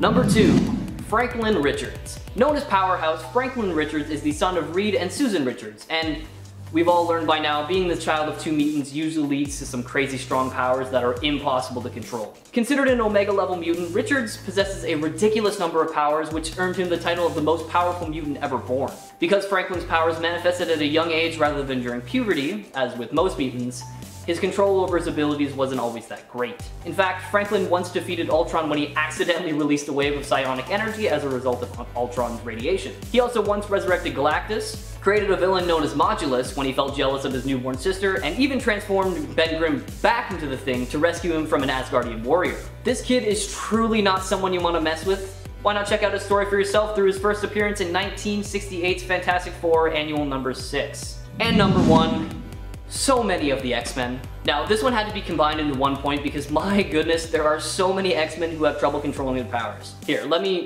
give you a few examples. Cyclops can't control his optic blast without the help of his specifically made visor. Beast keeps mutating into various furry forms. Wolverine's lost his healing factor countless times and has even died because of it. If Rogue touches anyone, she involuntarily takes their powers and even their lives if the connection isn't prolonged. Meryl once lost the ability to control her excessive bone growth. Hot-headed Chamber has basically no lower jaw or much of a neck thanks to the energy blasts that emanate from his head, and Legion barely has any control over any of his abilities. Now, obviously this all makes sense since the nature of a mutation would obviously have its drawbacks, but seriously, when you list it all like this, it seems a little bit excessive. Number 10. Gambit. Remy LeBeau is a powerful and popular member of the X-Men, with the ability to tap into an item's potential kinetic energy, making it a dangerous and explosive weapon. He often uses smaller items, like a deck of playing cards, which he will then throw at his enemies. The only real limit on these powers is that he needs to make direct skin contact with whatever item he's charging, hence the cool fingerless gloves, and the amount of time it takes him to charge the object, with larger objects taking longer. He also has the ability to hypnotically charm people, making them more likely to do what he wants. Before he was a member of the X-Men though, he was a master thief, but he found that he was having trouble controlling his powers, and was worried that he might potentially harm other people. This caused him to seek out the help of Mr. Sinister, who gave Gambit a surgery, removing part of his brain in order to dampen his powers and make them more manageable. Number 9. Captain Atom. Captain Atom was originally a Charlton Comics character, the same way that the Blue Beetle used to be. DC Comics eventually purchased Charlton's collection of heroes, and as a result, he was introduced into the DC universe. In the DC retelling of his origin, Nathaniel Atom was a man sentenced to death for treason. He was offered the opportunity to instead sign up for an experiment designed to test the structural integrity of an alien metal. To test this, they placed Atom in a metal cage and then blasted it with a nuclear explosion. He was vaporized, but much like the Watchmen character he inspired, Dr. Manhattan, he was reformed with the metal now covering his skin. Captain Atom can tap into the quantum field and convert the energy into powerful blasts. He can also generate and manipulate matter, such as when he transformed Green Arrow's arrows into butterflies. Captain Atom has to be very careful with his powers though, as he is essentially a walking nuke. When he uses his upper power levels, he will start to leak radiation, and if his metal skin is ruptured, he risks detonating like an atomic bomb and destroying whatever city he's in. Number 8. Radius. Jared Corbo is a mutant who was raised with his half-brother Adrian in the East Ontario town of Orlew, at an orphanage called Hull House, or as the orphans nicknamed it, Hell House. Unbeknownst to most of the residents, Hull House was actually being operated by the Canadian superhero agency known as Department H, as a way to find and recruit members for their various superhero teams, such as Alpha Flight. Sometimes they waited until the orphans were of age, and sometimes they would have them adopted by the department so that they could participate while being underage. Which sounds bad, but when you think about it, isn't that different from what Professor X is doing. Jared's mutant powers allow him to create a force field, which he is incapable of shutting off. While this protects him from harm, it also means that he can't touch or be touched by others, and is even unable to effectively shower, and can't eat without wearing a special eating filter which converts the food to a form that can get through the field, allowing Jared to get the necessary nutrients he needs to survive. Number 7. Iska the Unbeaten. Iska is thousands of years old and is the sister of Genesis, who is the wife of Apocalypse. She is a hardened warrior who respects power and strength like the other mutants of Arakko, and her powers reflect this. Iska's power is psychokinesis, which is the power over luck and probability. But specifically, her power means that she cannot lose, or the better way to say it is that she always wins. This includes one-on-one contests, votes, and wagers, but also larger battles where she is a member of a team or army. In contests of skill, her power, including some limited shapeshifting, gives her the talents she needs to win, or she might just win through improbable circumstances. So far it sounds pretty good. Always winning is so good it just sounds like ridiculous and lazy writing. But it also means that in larger battles or wars, her powers weigh the probability of the two sides and make her defect from the losing side and join the winning side, even if the losing side was composed of those she truly cared about. Meaning that even though she still technically won, she betrayed her closest friends and allies. So she has a great power, but no control at all on how it manifests. Number 6. Black Bolt. Blackagar Boltigan made his first appearance in Fantastic Four number 45. He is the Inhuman King, who when exposed to the mutagenic Terrigen Mist was granted power of an incredible level, even for an Inhuman. His power comes from his voice, with even the smallest whisper being capable of rocking a battleship. This power was discovered when he was just a baby, and in order to protect his community, he was kept away from society until he was 19, in order for him to try and learn to control his powers. When finally let into society, he saw a Kree warship, which he brought down with his voice. Unfortunately, the ship landed on the local government officials, including his parents, and he accidentally became the leader of the Inhumans at age 20. He is really good at not speaking now, as he knows all too well how little control he has over his powers and their effects on others. Number 5. Radioactive Man. Not to be confused with the Simpsons superhero whose goggles do nothing, or with the DC Comics villain, we are talking about the Marvel hero known as Radioactive Man. Making his debut in Journey into Mystery #3 in 1963, Chen Lu is a nuclear physicist who exposed himself to small amounts of radiation at a time until he was able to build up a powerful immunity to it, as well as the ability to manipulate it to his benefit. However, he is unable to stop being radioactive, and therefore he can't be around anyone without giving them radiation sickness. He's able to mitigate this to an extent with the use of a containment suit. But this only works for a limited amount of time. This was a constant issue for the character, but later issues later retconned his abilities so he was able to have greater control of his powers, allowing him to not give all of his friends cancer. Number 4.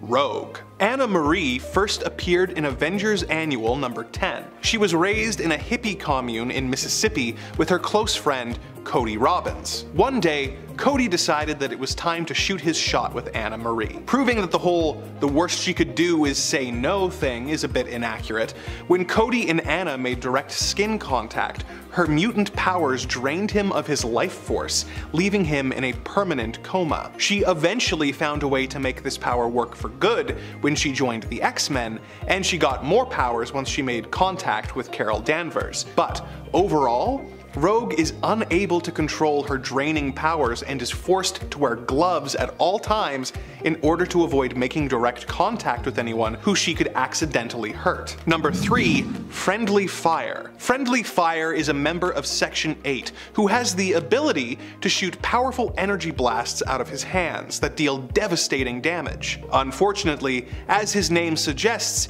he is totally incapable of hitting what he is aiming at, and instead always ends up hitting his teammates. This has led to a couple of deaths of Section 8 members, but the worst death has got to be the one that occurred when the team went up against the mini-angled ones. These strange visitors attacked the team, easily dispatching team members like Jean de Baton and Dog Welder. Friendly Fire realized that it was up to him, and he had to come through for his friends. As he put it, "I gotta do it.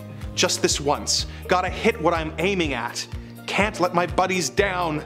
Must hold the power." He unleashed the full force of his blast and blew his own head off, barely being able to utter the word crap before dying. Number 2. Infectious Lass. First appearing in Superboy #201, Drura Sept from the planet Somatur is part of an alien race whose bodies play host to a variety of different microorganisms. The people of her planet are able to play host to these bacteria without suffering any ill effects, but they were able to infect the people around her. This sounds like it could have some potential for a superhero power, the ability to unleash germ warfare on your enemies. But unfortunately, Infectious Lass is unable to control who she infects, and is just as likely to infect any of her allies as she is her enemies. She tried out for the Legion of Superheroes, but was denied membership as she was deemed more of a risk to the Legion members than an asset. Number 1. The Hulk. When Bruce Banner was accidentally caught in the blast radius of his experimental gamma bomb, he underwent a startling metamorphosis. Whenever he becomes angry or outraged, he transforms into the Hulk. The Hulk is of course a giant green rage monster who is prone to going on rampages and smashing things. Hulk is viewed as a monster by society, and by extension,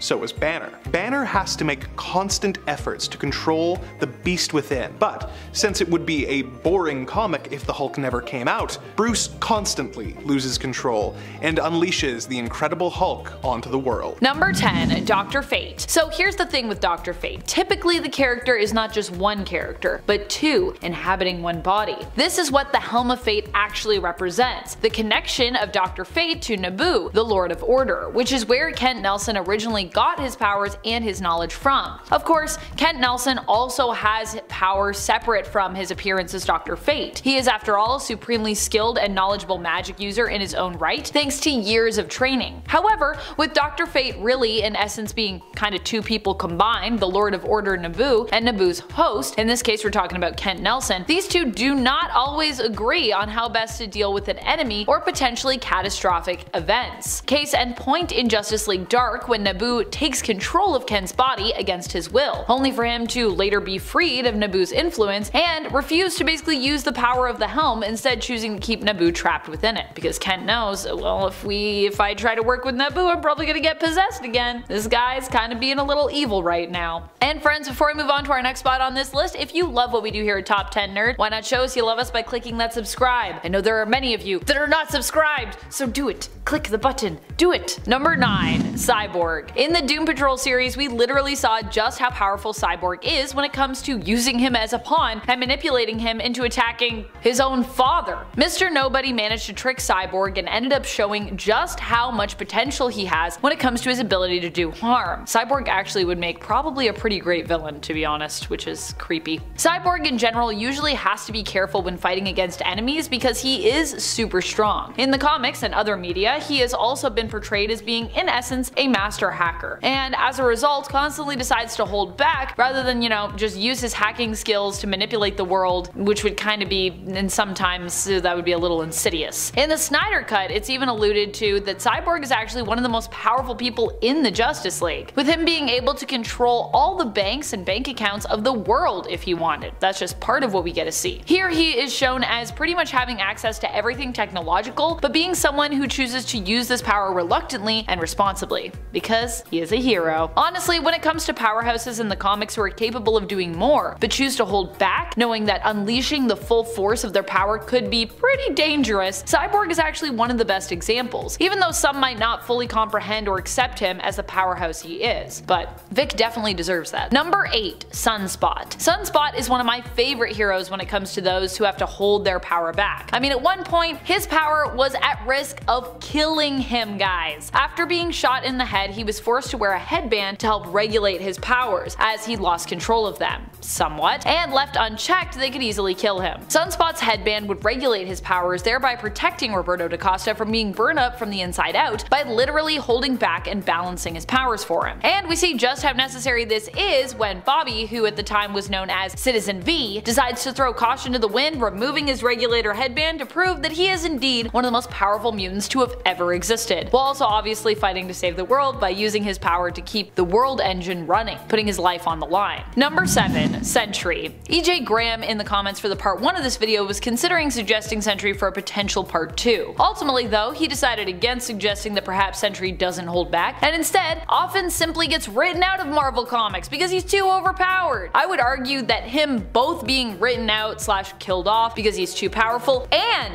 him having to hold back because he is too powerful, are actually both true. Sentry does every now and then go in guns a-blazing, with him ripping people in half kind of becoming a weird, every so often semi-regular occurrence. However, I will also say that more often than not, we've actually seen Sentry hold back his powers and express restraint, especially when you consider he agreed to wipe his own mind and the minds of everyone else on Earth of his superheroic existence just to protect them from the evil villain, the Void, who is basically Sentry's villainous alter ego he was made to believe that he'd always had after being brainwashed by Mastermind. Number 6. Wonder Woman. We have seen what happens when Wonder Woman stops holding back, and it's not pretty, I'm gonna tell you that. Whether we are talking about emotionally with her giving into a well of despair, or physically with her causing the mass destruction of the entire planet as a result of a fight against Superman. In Tales from the Dark Multiverse, War of the Gods, her giving in emotionally resulted in her being overtaken by Hecate, who she had previously trapped in her subconscious, initially preventing Hecate from possessing her. However, after the destruction of Themyscira and the death of her sisters, her fellow Amazons, and her mother, Diana ends up losing hope and thereby loses control over herself. In Wonder Woman Dead Earth, we learn of how Wonder Woman giving into her rage and removing her bracelets, which in this story hold back Diana's power, results in the destruction of the planet. Even in the main continuity, it's actually been suggested that Diana is much more powerful than she lets on, and this is likely because without holding back, she could actually cause major damage and destruction to the world around her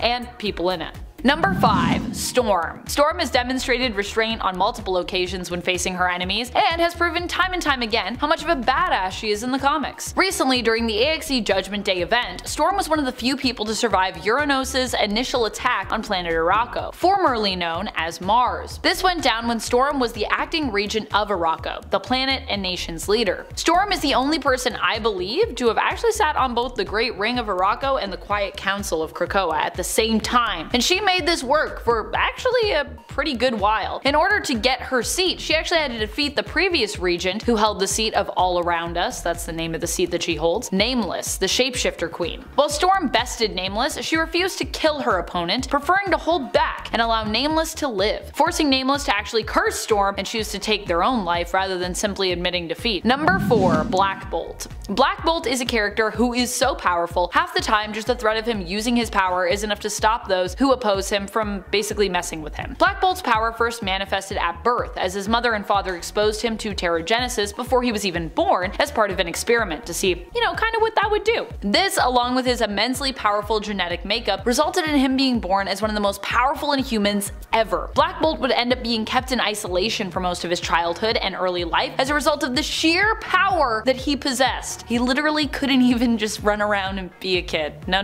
too powerful. His powers are related to the speech center of his brain and his ability to harness electrons. Using both, he possesses an extremely powerful voice, with just a whisper often being enough to harm those who stand against him. As it stands, Black Bolt usually communicates telepathically, although not psionic himself, or more often with his own specific form of sign language. Number 3. Icon. Icon has been shown to be even more powerful than Superman on occasion, with Superman at one point remarking that being hit by Icon was the hardest that he'd ever been hit. The two have fought multiple times against one another in the comics, even way back when Clark had his long hair. Oh, I miss his long, luscious locks. At one point they end up fighting in the 2006 Justice League of America series in issue 28, but here it's all a show. So there's no real victor since they are kind of just pretending to fight here. And we have to expect that Icon was holding back somewhat here. Sure, he wanted to make the fight appear convincing, but he didn't actually intend to hurt Superman, which implies that he wasn't even using his full force here, as he likely wouldn't need to go hard to sell a fight to onlookers. With that reasoning, not only have we literally seen Icon hold back, but it also means that the hero, now from DC's Milestone imprint, might actually have to hold back even more than some of the most powerful heroes from DC's mainline, which is pretty wild to consider. Number 2. Magik. Magik is a hero that often gets left out of lists like this, so I want to thank Michael Sheehan in the comments from our part 1 video for suggesting that I add her to this video. Truly, she is a superhero who constantly has to hold back, lest she threaten the existence of the world and possibly the universe. Magik isn't just a straight up hero, she's complicated. She also has a darker side known as Darkchild that she often has to keep contained. And that's what I love about her complexity. She also has a ton of trauma in her life that she constantly has to confront and deal with. Number 1. Dr. Manhattan. Dr. Manhattan has to be one of the ultimate heroes for needing to hold back. Dr. Manhattan is insanely powerful, and perhaps this is why he generally prefers to stay out of the affairs of mortal beings. Well, that and the fact that he likely doesn't much care for,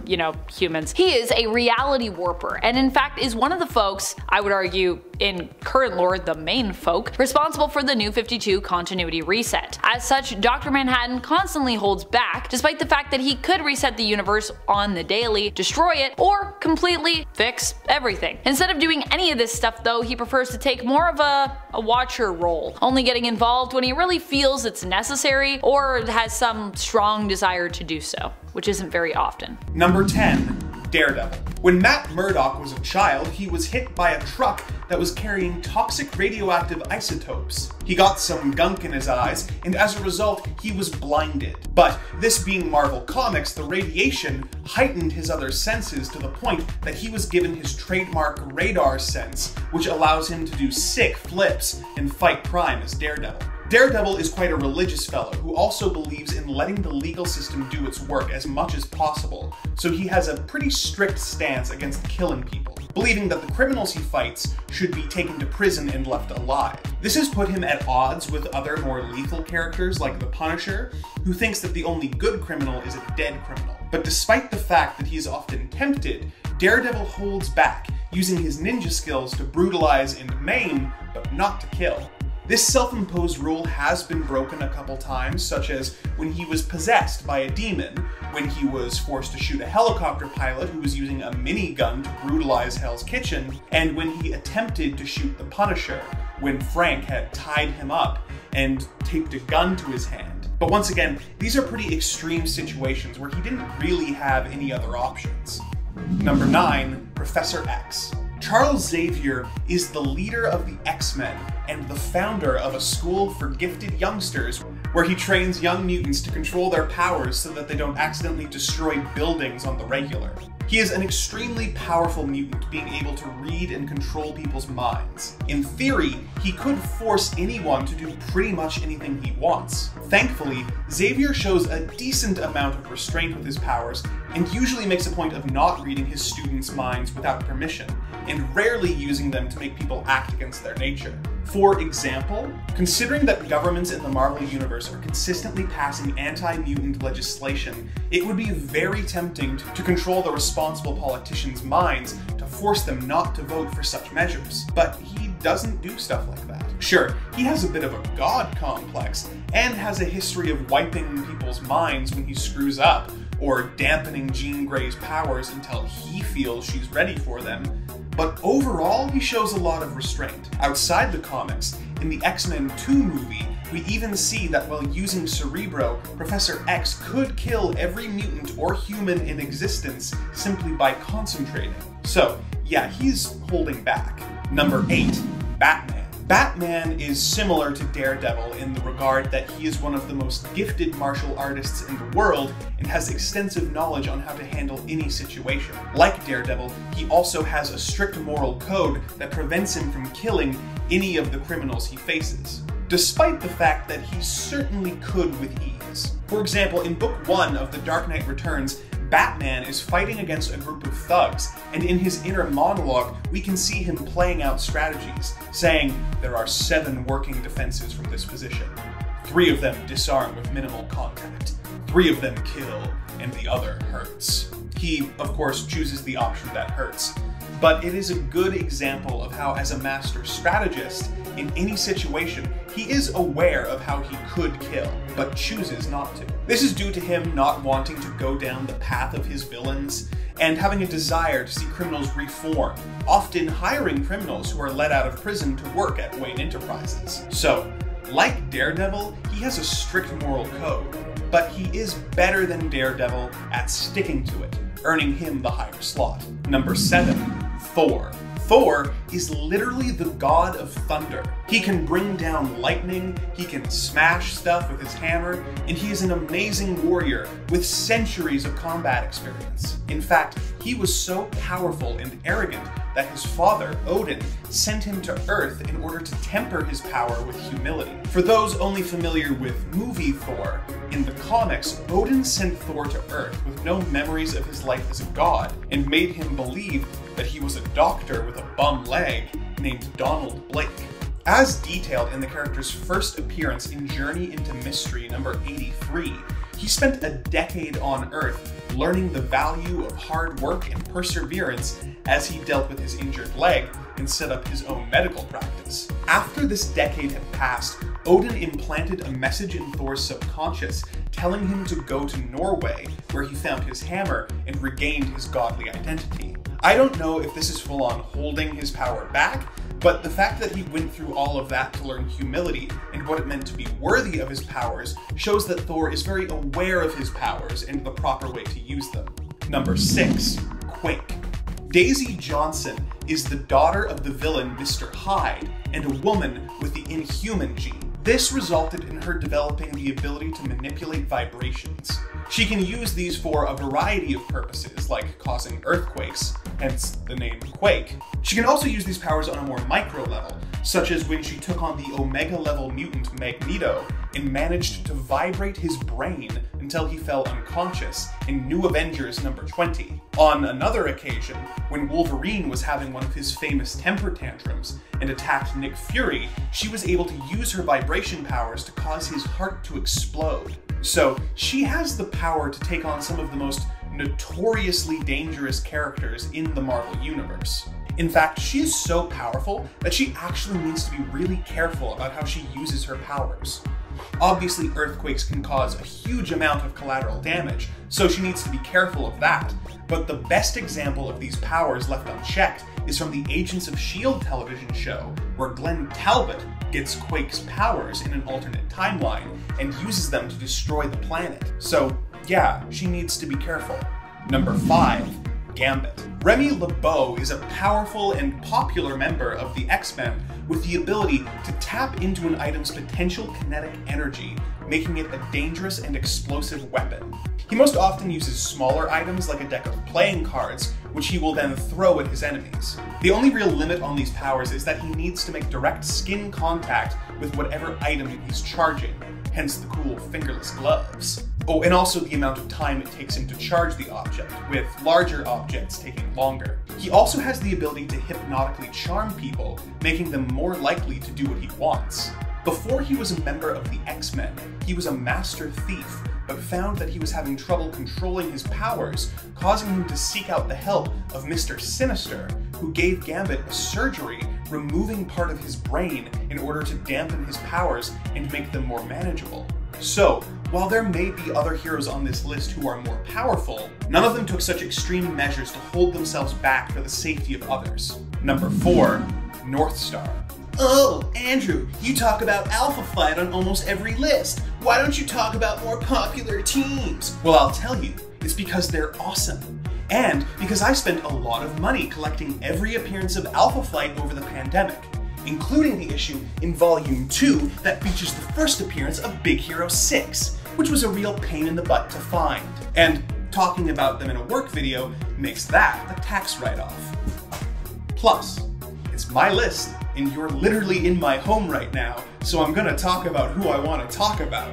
Jean-Paul Beaulier is the fastest mutant in the Marvel Universe, since Quicksilver isn't a mutant anymore. Northstar is capable of reaching incredible speeds when running or flying. He has a twin sister named Aurora, who is also fast and able to fly, but though she has a greater endurance than her brother, he is the faster of the two. In X-Factor Volume 4, Number 7, Northstar and fellow speedster Tommy Shepard are comparing top speeds, and JP reveals that his top speed is 189,299 miles per second, which makes him faster than the speed of light. But he has a very good reason for not reaching his full speed. As he explains to Tommy, that would destroy everything in my path. I could garrote the world in half with one lap if I wished it. It would destroy me physically, I mean, not emotionally. I can't breathe at that point because I've created a vacuum and my organs are getting crushed, my bones pulverized into dust. So yeah, Northstar is holding back for good reason.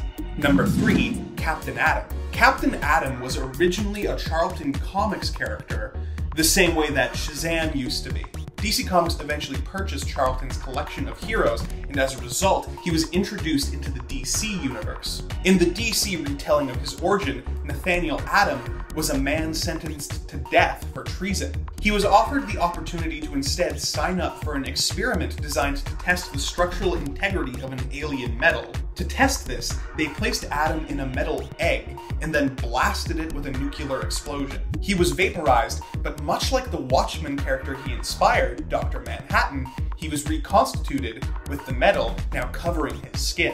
Captain Atom can tap into the quantum field and convert the energy into powerful blasts. He can also generate and manipulate matter, such as when he transformed Green Arrow's arrows into butterflies. Captain Atom has to be very careful with his powers, as he is essentially a walking nuke. When he uses his upper power levels, he will start to leak radiation, and if his metal skin is ruptured, he risks detonating like an atomic bomb and destroying whatever city he's in. Number 2, Scarlet Witch. So, Scarlet Witch is one of the most crazy powerful people in the Marvel Universe. One time, she was able to rewrite reality so that mutants were the dominant species on the planet and humans the minority. When Magneto ticked her off, she decided to rewrite reality again, taking away something like 99% of the world's mutant powers by simply saying, no more mutants. She could do that again anytime she wants. I really don't think I need to say anything else on the subject. Number 1, Spider-Man. When I was checking out the previous 2 videos that Amanda did on this subject, which you should of course check out because they're great and also not filmed in an apartment, but I was shocked to learn that Spider-Man didn't make the cut on either installment. So even though he may not be holding back as much as some of the others on this list, I decided to give him the top spot here. Spider-Man is a powerful hero, being able to climb walls, swing from webs, and use his spider sense to avoid danger. But what we're talking about here is his super strength. He can lift several tons at once, as he infamously did in Amazing Spider-Man number 33, when Dr. Octopus trapped him under loads of heavy machinery. But when you have that level of strength, and also have a rule against killing, you have to make sure you pull your punches to avoid taking someone's head off. This was discovered by Doc Ock when he took over Spider-Man's body and became the Superior Spider-Man. In one of his first adventures as the new Spidey, Ock fought the Scorpion, and when he punched the Scorpion in the jaw flew clean off. As Doc put it, never knew this body held so much power. All these years, Parker must have been holding back. That really must have made him rethink every time Spider-Man punched him and how that could have turned out. Number 10, the Spectre. This spirit of vengeance in the DC universe first appeared in More Fun Comics number 52. He was originally a demon named Aztar who was helping Lucifer to try and take control of heaven. He eventually had a change of heart and surrendered to the Archangel Michael. As a means of atonement, his memory and consciousness were wiped and he was transformed into the Spectre. He is a divinely powered being capable of almost anything he can imagine. He can travel between dimensions and can shoot energy blasts, is immortal and capable of flight, intangibility, possession, telepathy, and telekinesis, just to name a few of his powers. In order to temper this power, he must be bonded to a human host, with his most often host being Jim Corrigan. Spectre has no limit to his power, but is bound by the morality of his host, who often prevents him from unleashing the full wrath of God upon his enemies. Number 9, Green Lantern. The Green Lantern Corps are a group of intergalactic space cops who are led by a group of aliens known as the Guardians of the Universe. They have used the green power of will to create a central power battery on the planet Oa, and to create power rings which recruit members to the Corps and allow them to protect their sectors by creating constructs of anything the wearer can imagine. One of the most powerful and famous Green Lanterns is Hal Jordan, who has created a lot of amazing constructs over the years. When his home, Coast City, was destroyed, Hal showed just how powerful the Green Lantern ring really was by using it to create constructs of the destroyed city and everyone in it for him to interact with when he mourned. However, when he did this, he was breaking the rules established by the Guardians, who forbid the use of the ring for personal gain. The Guardians immediately told him to report to Oa for disciplinary action, but Hal went nuts and went to war with the Green Lanterns. However, it is still a good example of how the power ring is potentially unlimited, but using its full power in an undesignated way can result in the ring being taken away by the Guardians, which I think makes this point apply to all of the various members of the Green Lantern Corps. Number 8, Hyperion. Marcus Milton was sent to Earth 13,034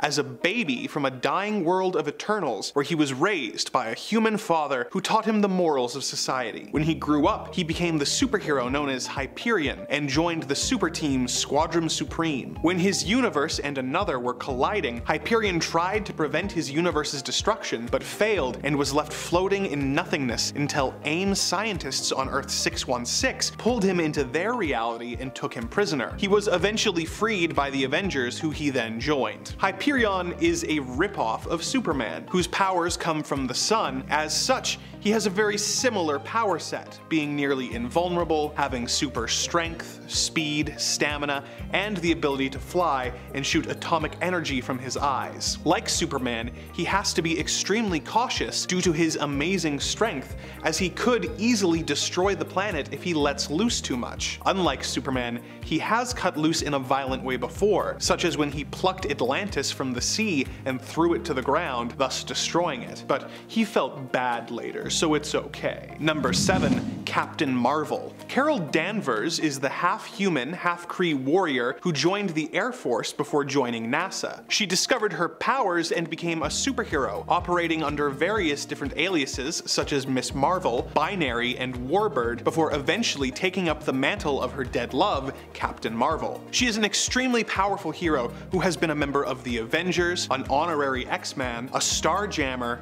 and the leader of the Alpha Flight space program. Captain Marvel has all the classic powers such as super strength, durability, and flight, but also has a few extra ones, such as the ability to shoot photon beams and the ability to transmute matter in order to reshape it into anything she wants. She is yet another example of a hero so powerful that they have to be sure to restrain themselves in order to not accidentally kill everyone on the planet. Number 6, Rogue. Perhaps the most obvious choice for a spot on this list, and one that it's frankly kind of embarrassing none of us thought to put in any of the previous 3 videos on this subject, is Rogue. Anna Marie has the mutant power to absorb people's energies through touch, which temporarily grants her their abilities, powers, and memories, and causes her victims to be weakened. She once attacked Carol Danvers, and as a result, permanently ended up with her powers of super strength and flight. She started out as a member of the Brotherhood of Evil Mutants before eventually joining the X-Men. Although her powers can be useful in a combat setting, it can really mess with your personal life when you can't touch anyone you care about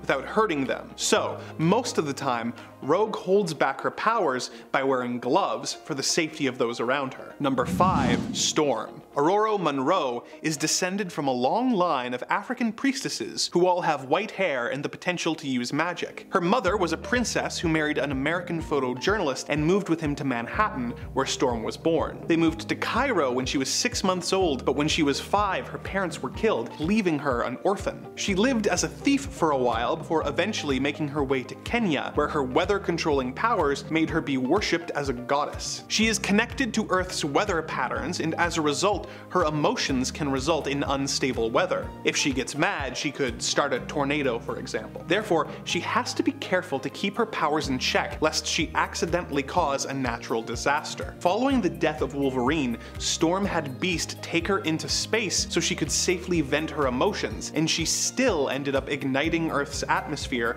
causing an aurora borealis effect across the entire planet. Number 4, Ghost Rider. Johnny Blaze is a motorcycle stuntman who, in an effort to save his surrogate father, Crash Simpson, from dying of cancer, made a deal with the demon Mephisto. Mephisto promised to cure Crash's cancer in exchange for Johnny's service. Unfortunately, Crash perished in a stunt gone wrong almost immediately afterwards, and Johnny became Ghost Rider, becoming bound to the spirit of vengeance, Zarathos. When transformed into the Rider, he has super strength, is essentially immune to damage, and can manipulate hellfire. Perhaps most iconic is his penance stare, which causes its victims to experience every bit of pain that they have ever inflicted on other people, resulting in guilt, pain, and trauma. Ghost Rider is extremely powerful, but Zarathos tends to want to go really all out on his quest for vengeance, and Johnny often has to hold him back to prevent him from going too far. Number 3, Iceman. Bobby Drake is a mutant whose powers were first revealed when he was attacked by a group of school bullies and he was forced to freeze their leader into a block of ice. An angry mob showed up at his home planning to execute Bobby, but he was saved by Cyclops and Professor X, and he was invited to join the X-Men. His powers include the ability to become organic ice. He can also generate ice, snow, and cold temperature using the moisture in the air. This is actually more powerful than you might initially think, allowing Bobby to freeze the Earth in Astonishing X-Men Volume 3, number 64. He is an Omega-level mutant who holds back from using the full extent of his powers as he fears that he could be dangerous. Professor X once said that Iceman has the potential to destroy the planet if he's not careful, and for a time, Bobby was known to wear a special power belt which helped him keep his powers under control. Number 2, the Human Torch. When Johnny Storm was exposed to cosmic rays while on a space exploration mission with his sister Sue, Reed Richards, and Ben Grimm, he was transformed into the Human Torch, and the group became Marvel's first family, the Fantastic Four. As the Human Torch, Johnny is capable of controlling ambient heat and transforming into a fiery plasma. He can sculpt and throw flames with his pyrokinesis and is able to fly. Most relevant to this list is his Nova Flame, which happens when the torch reaches his hottest temperature and expels it 900 feet around him at a temperature of 1 million degrees Fahrenheit. This makes him about as hot as a nuclear warhead, and if he did this in a populated area, it could result in several deaths. He has stated that this power has the ability to destroy a small moon. He also has to hold back so that he doesn't burn up the Earth's atmosphere, killing everyone on the planet. Number 1. Supergirl. Kara Zor-El is Superman's cousin. When the planet Krypton was destroyed, Kara's home, Argo City, was spared thanks to the efforts of her father. Although, due to radiation, the city was slowly turning to kryptonite. When the city was deemed past the point of no return, her father pulled a page out of his brother's book and built a rocket, sending Kara to Earth. She became Supergirl, and was placed in an orphanage by Superman as part of her cover, although she was eventually adopted by the Danvers family. Supergirl has all of the same powers as Superman, such as flight, super strength, speed, hearing, invulnerability, as well as X-ray and heat vision. As someone with the same powers as Superman, Supergirl has to hold back when she fights villains, or even just interacts with people in general, in order to make sure that she doesn't reduce anyone she comes into contact with into a fine red mist. She is slightly less powerful than her cousin, but there was a period where she became a member of the Red Lantern Corps, giving her both the powers of a Kryptonian and a lantern to try and have to control. Number 10. Cyclops. While Cyclops might not be as powerful as some of the others on this list, he pretty much perfectly sums up the idea of a hero who has to hold back his power in order to fight. I mean, that's literally what his costume is for, really. Well, other than that sweet X-Men suit. That is just so we know what team he's fighting alongside. But when it comes to his visor, that is straight up being used to better control and restrain his powers, so that he isn't just optic blasting everyone he looks at or comes up against into next week. Additionally, Cyclops doesn't just use his visor, but also uses his gloves to do this.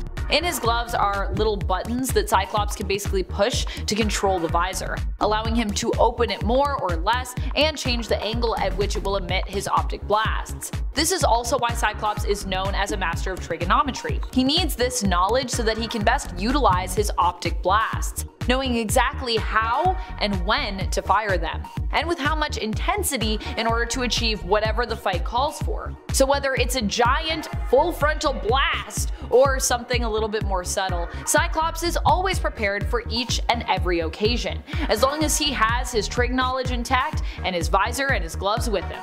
Since the character first debuted, his powers and their immense strength are something that have also been shown as bothering and plaguing this character, with him even believing that Jean could actually never love him because of his uncontrollable optic blasts. How could she ever love me? I have to wear rose quartz glasses all the time.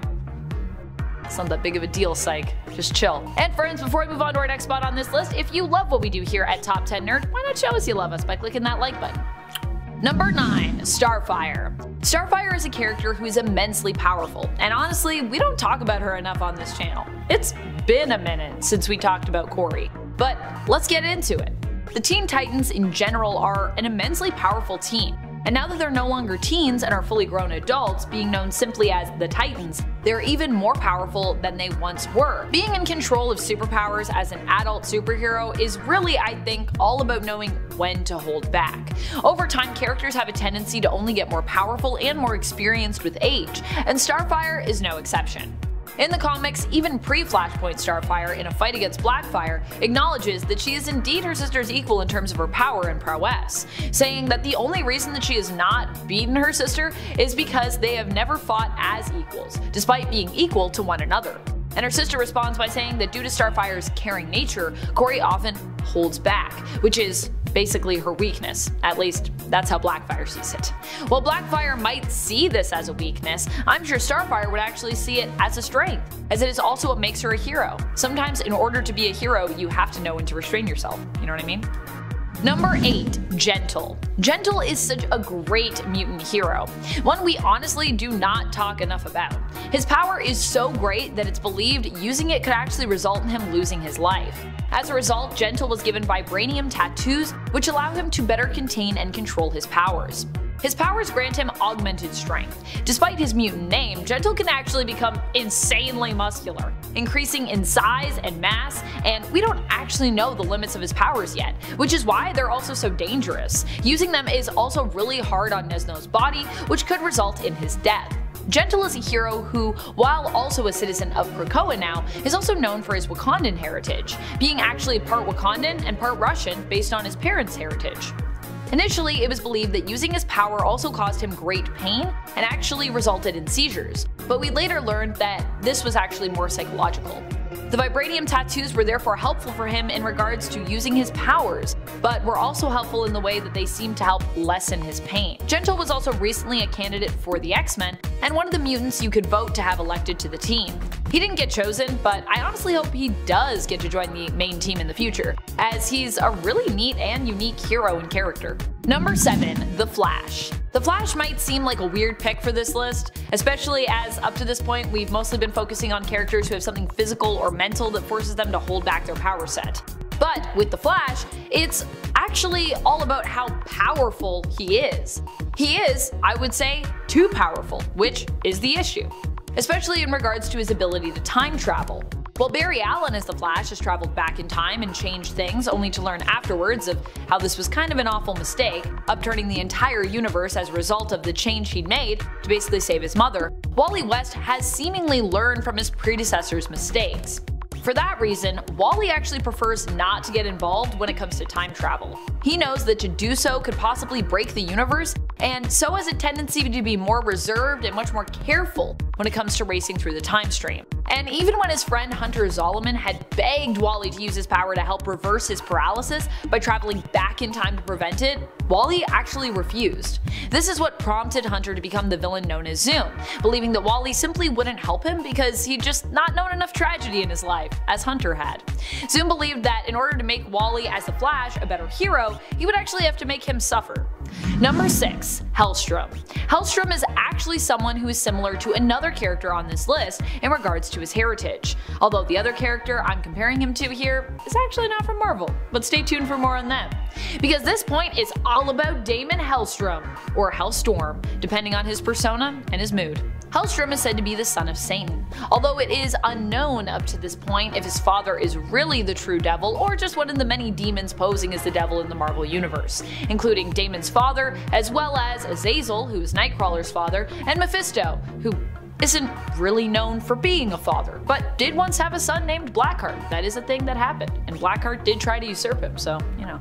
Hellstrom, as such, has two different personas within him, one that is inherently more good and heroic, and another that is straight up or on the verge of being evil, more influenced by his father's heritage.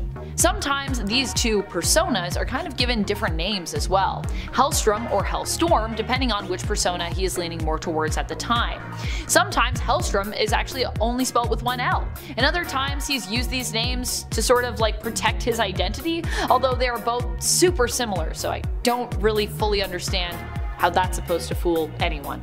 Hellstrom has often struggled with unleashing the full force of his power, and sometimes, in fact I would say often, regrets its ties to hell and the darkness that lies within him. Number 5. Shazam. Shazam, or Captain Marvel as some still refer to him today, is one of the most powerful heroes DC has, and in fact some would argue that when it comes to his fights and contests with Superman, it is he, not Superman, who is often the one who would need to hold back. This is because Shazam's powers come from the gods, and some actually say this is because his powers are kind of magical. The limitless wisdom of Solomon, the strength of Hercules, stamina of Atlas, power and omnipotence of Zeus, courage of Achilles, and speed of Mercury. There is really no limit, or there shouldn't be, to what he can do, and it is because of this sheer power and strength that Shazam often needs to hold back when fighting against his enemies as well. You could also add in the fact that it is Billy Batson's kind heart that often encourages him to hold back against his enemies, preferring to not be so brutal with his enemies or his opponents. I mean, especially if they are his friends or people he looks up to, because, you know, even heroes sometimes fight each other, like in a fight against Supes. At one point, Superman even played host to Captain Marvel and actually marveled at his sheer power. So, you know you're probably going to need to hold back when you're like wowing Superman with your power levels. Number 4. Blue Marvel. If you are powerful enough to knock out Hulk and live to tell the tale, even if he possibly is maybe a less stronger version of the Hulk from the Ultimate Universe, then you probably need to rein in your powers almost all the time. Blue Marvel's powers come from him being a scientist and being forever changed by an experiment gone wrong. Adam Brashear was the project lead on an experimental attempt to manipulate and utilize antimatter. When the negative reactor exploded, it transformed Adam into, in essence, what he was trying to create. He became an antimatter reactor, harnessing antimatter, which basically powered his amazing newfound abilities. Number 3. Superman. I mean, Superman is one of the strongest superheroes DC has to offer. He packs a mean punch, and I mean a mean punch. He often holds back, and not just in regards to strength and holding back actual force, but also in terms of his morality. Superman has a very strong moral code. He won't even hit someone in the back if their back is turned to him. That's how passionate he is about fighting fair. He doesn't hit his opponents when they're down, and he doesn't kill, even though he could very easily permanently defeat his opponents by just straight up ending them. This just isn't Superman's style, and honestly, it's what most people love and respect about Superman. To use his power to annihilate his opponents would actually kind of be sinking to their level. In fact, in realities where he has chosen not to hold back, like Injustice, where he brutally murders the Joker in response to him destroying Metropolis, killing his BFF Jimmy Olsen, and manipulating Superman into killing Lois, Clark becomes a straight up villain and a brutal dictator, which is why he chooses to hold back more often than not in the comics, because he is aware of how power can easily corrupt people. I mean, to be honest, a lot of his villains are people who allow themselves to become corrupted by great power, whether or not they're aware of that. Number 2. Hulk. To say that the Hulk is the strongest there is really not an overstatement. Not only the strongest, but also just one of the most indestructible heroes out there. After all, Hulk is also now immortal, and kinda has been the whole time. And as a result of this, is a character that you do not want to face in a fight. The good news is that Hulk typically doesn't want to kill people, and so he generally does hold back in fights, unless he's going up against someone, you know, that's just about as indestructible as he is. Like, he might not hold back as much when he's fighting someone like the Thing. There are a few reasons that this happens when it comes to Hulk holding back. One, Hulk has actually exhibited he himself has morals. Not all Hulk personas are like this. I mean, look at his alternate version, Maestro, from the future. This version of the Hulk is more devoid of morals and is therefore willing to use all of his strength and power to devastating degrees. The other reason Hulk is often holding back actually has to do with the other persona that's in there with him at the time, Bruce Banner. It's been alluded to before that Bruce can act at times like the Hulk's conscience, but then again, it's also been suggested that Hulk actually might be Bruce's conscience, so kinda depends on the story you're reading as to who is the more heroic between those two personas. Number 1. Raven. Raven is another character that basically sums up the idea of a person who has to hold back and really has no choice in that matter. I mean, we've seen what happens when Raven fully lets go, and it's deadly. Raven in general has to hold back her power in regards to letting herself be fueled by emotion, which is why she generally remains extremely detached. Which also makes her a great counterbalance to someone like Starfire on the Teen Titans team. While Starfire's issue when it comes to holding back is that she has too much emotion, too much empathy for those around her, Raven often prefers to stay closed off from those emotions, knowing that with them could come great power, but at the risk of easily losing control. This is a huge issue for Raven considering her heritage. Raven is related to the demon Trigon, who is immensely powerful and is a version of Satan in essence in the DC universe. While Trigon is her father, he is also her arch nemesis, which means she has to be careful when it comes to possibly opening herself up to his influence at all, as it can and has in the past turned Raven into an extremely dangerous and powerful supervillain. One that could like literally end worlds, so yeah. And at number 10 is Red Hood. Now look, technically, things have changed for Red Hood recently as he has finally agreed to take a less lethal approach to crime fighting, which is why he is at the top of this list. But even though he doesn't bring people to the end of the line anymore, he still leaves them on the brink of the afterlife, and it's debatable whether that is actually necessary all of the time. But outside of his recent developments, Red Hood is an incredibly lethal hero, with almost no qualms about taking the lives of the criminals he faces, and that will be a running theme for pretty much all the heroes on this list. Jason Todd began his time as the replacement Robin, but he had nothing new to offer other than being a bit rebellious, so you guys, the fans, got him savagely taken down by the Joker, Good job. It's actually kind of funny though, because when DC brought him back as the Red Hood, everyone absolutely loved him. Now, he's the black sheep of the Bat family, wielding his dual blam blams and constantly going out of his way to subvert the patriarch of that costume family by going far above and beyond the necessary limits. And at number 9 is Rocket. Icon is quite possibly one of the strongest Superman-like characters in DC Comics, and he is, in my opinion, kinda way cooler. But Icon would have never become Icon if it wasn't for Raquel Irvin, a teenage girl who inspired Augustus Freeman IV to use his alien powers to become a hero. And while she had no natural powers of her own, she used an alien-created inertia belt to let her manipulate kinetic energy and to stand by his side as his sidekick, dubbing herself Rocket. As the human sidekick to an incredibly powerful alien superhero, Rocket needs to bring all the power she's got just to keep up. But on the side of being a superhero, Raquel is also an amateur writer, a high school student, and a single teen mom, all while living in the poorest crime-ridden neighborhood in Dakota, Paris Island. She does all that and has the power to punch dudes through brick walls. There was even a time that she absorbed the kinetic energy of falling out of a plane and used it to completely destroy a whole building in one punch. So now you know I wasn't joking about her giving it her all. Number 8, Rocket Raccoon. From one rocket to another rocket.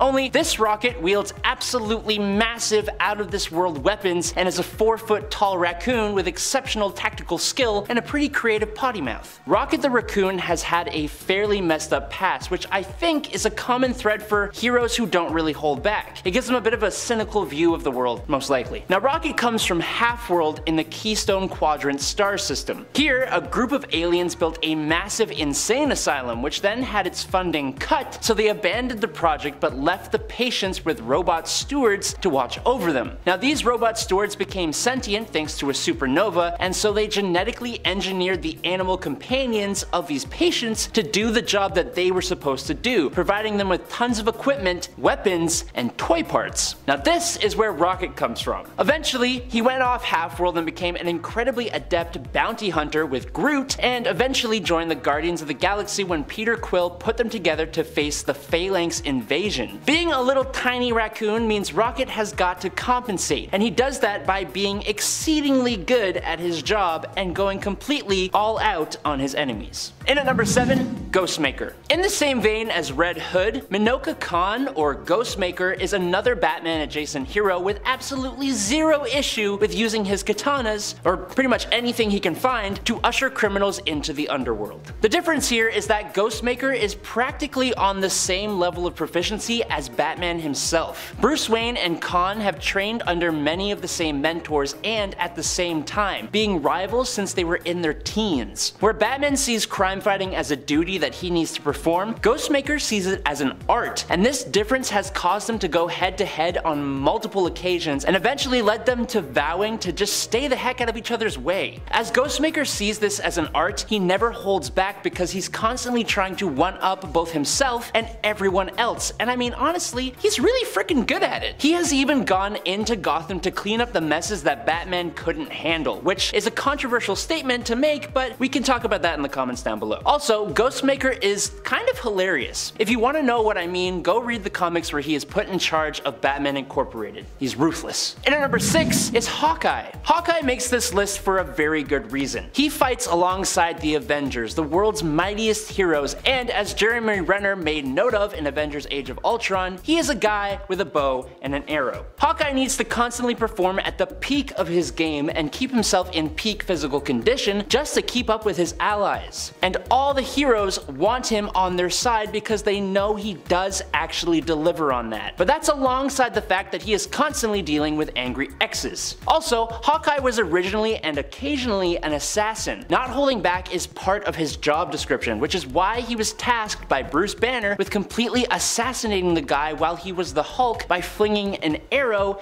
into his eyeball. Sure, he felt incredibly guilty for this, but Hawkeye, an incredibly capable human, was the one who actually took the life of the Hulk. You can't do that and be holding back. And at number 5 is Moon Knight. Before Mark Spector ever became Moon Knight, he was already not entirely a great person. He was shady for sure, as he was part of the CIA, but also put himself in illegal fights and weapon smuggling schemes, and he was even put on trial for taking out the president of a South American country. He worked as a mercenary, and it was one of the few heroic acts that he did, protecting an archaeologist's daughter, that got him mortally wounded and then revived by the ancient Egyptian god Khonshu in exchange for his servitude. Now, as the Fist of Khonshu, Mark would beat down criminals in the middle of the night while also living 3 other lives with separate personalities. Even though Mark is an Avenger, he consistently takes on his hero work by himself and constantly goes all out on the criminals he finds. Now, due to his split personalities, it's a little difficult for anyone, even himself, to say what he's actually capable of. Where one personality would never do something, another would do absolutely anything. And then there's also the influence of Khonshu that has made Mark abandon people to go and fight whatever battle Khonshu needs him for. Like when Moon Knight needed to fight the Hell Lord Mephisto when he wanted to take over the world. This street level hero took on a Hell Lord. You see what I'm saying here? But more than that, Moon Knight has been able to actually beat all the Avengers and has even been infused with the Phoenix Force. There's a reason that he's one of my favorite superheroes. Number 4, Midnighter. For Midnighter, the thing that makes me say he doesn't hold back is his use of his survival implants. These implants let Midnighter completely and flawlessly regenerate from any injury and give him a super enhanced immune system, which has allowed the guy to fight with a broken neck and other broken bones, actual holes in his chest, and while being set completely on fire. Not to mention he's fought after contracting pretty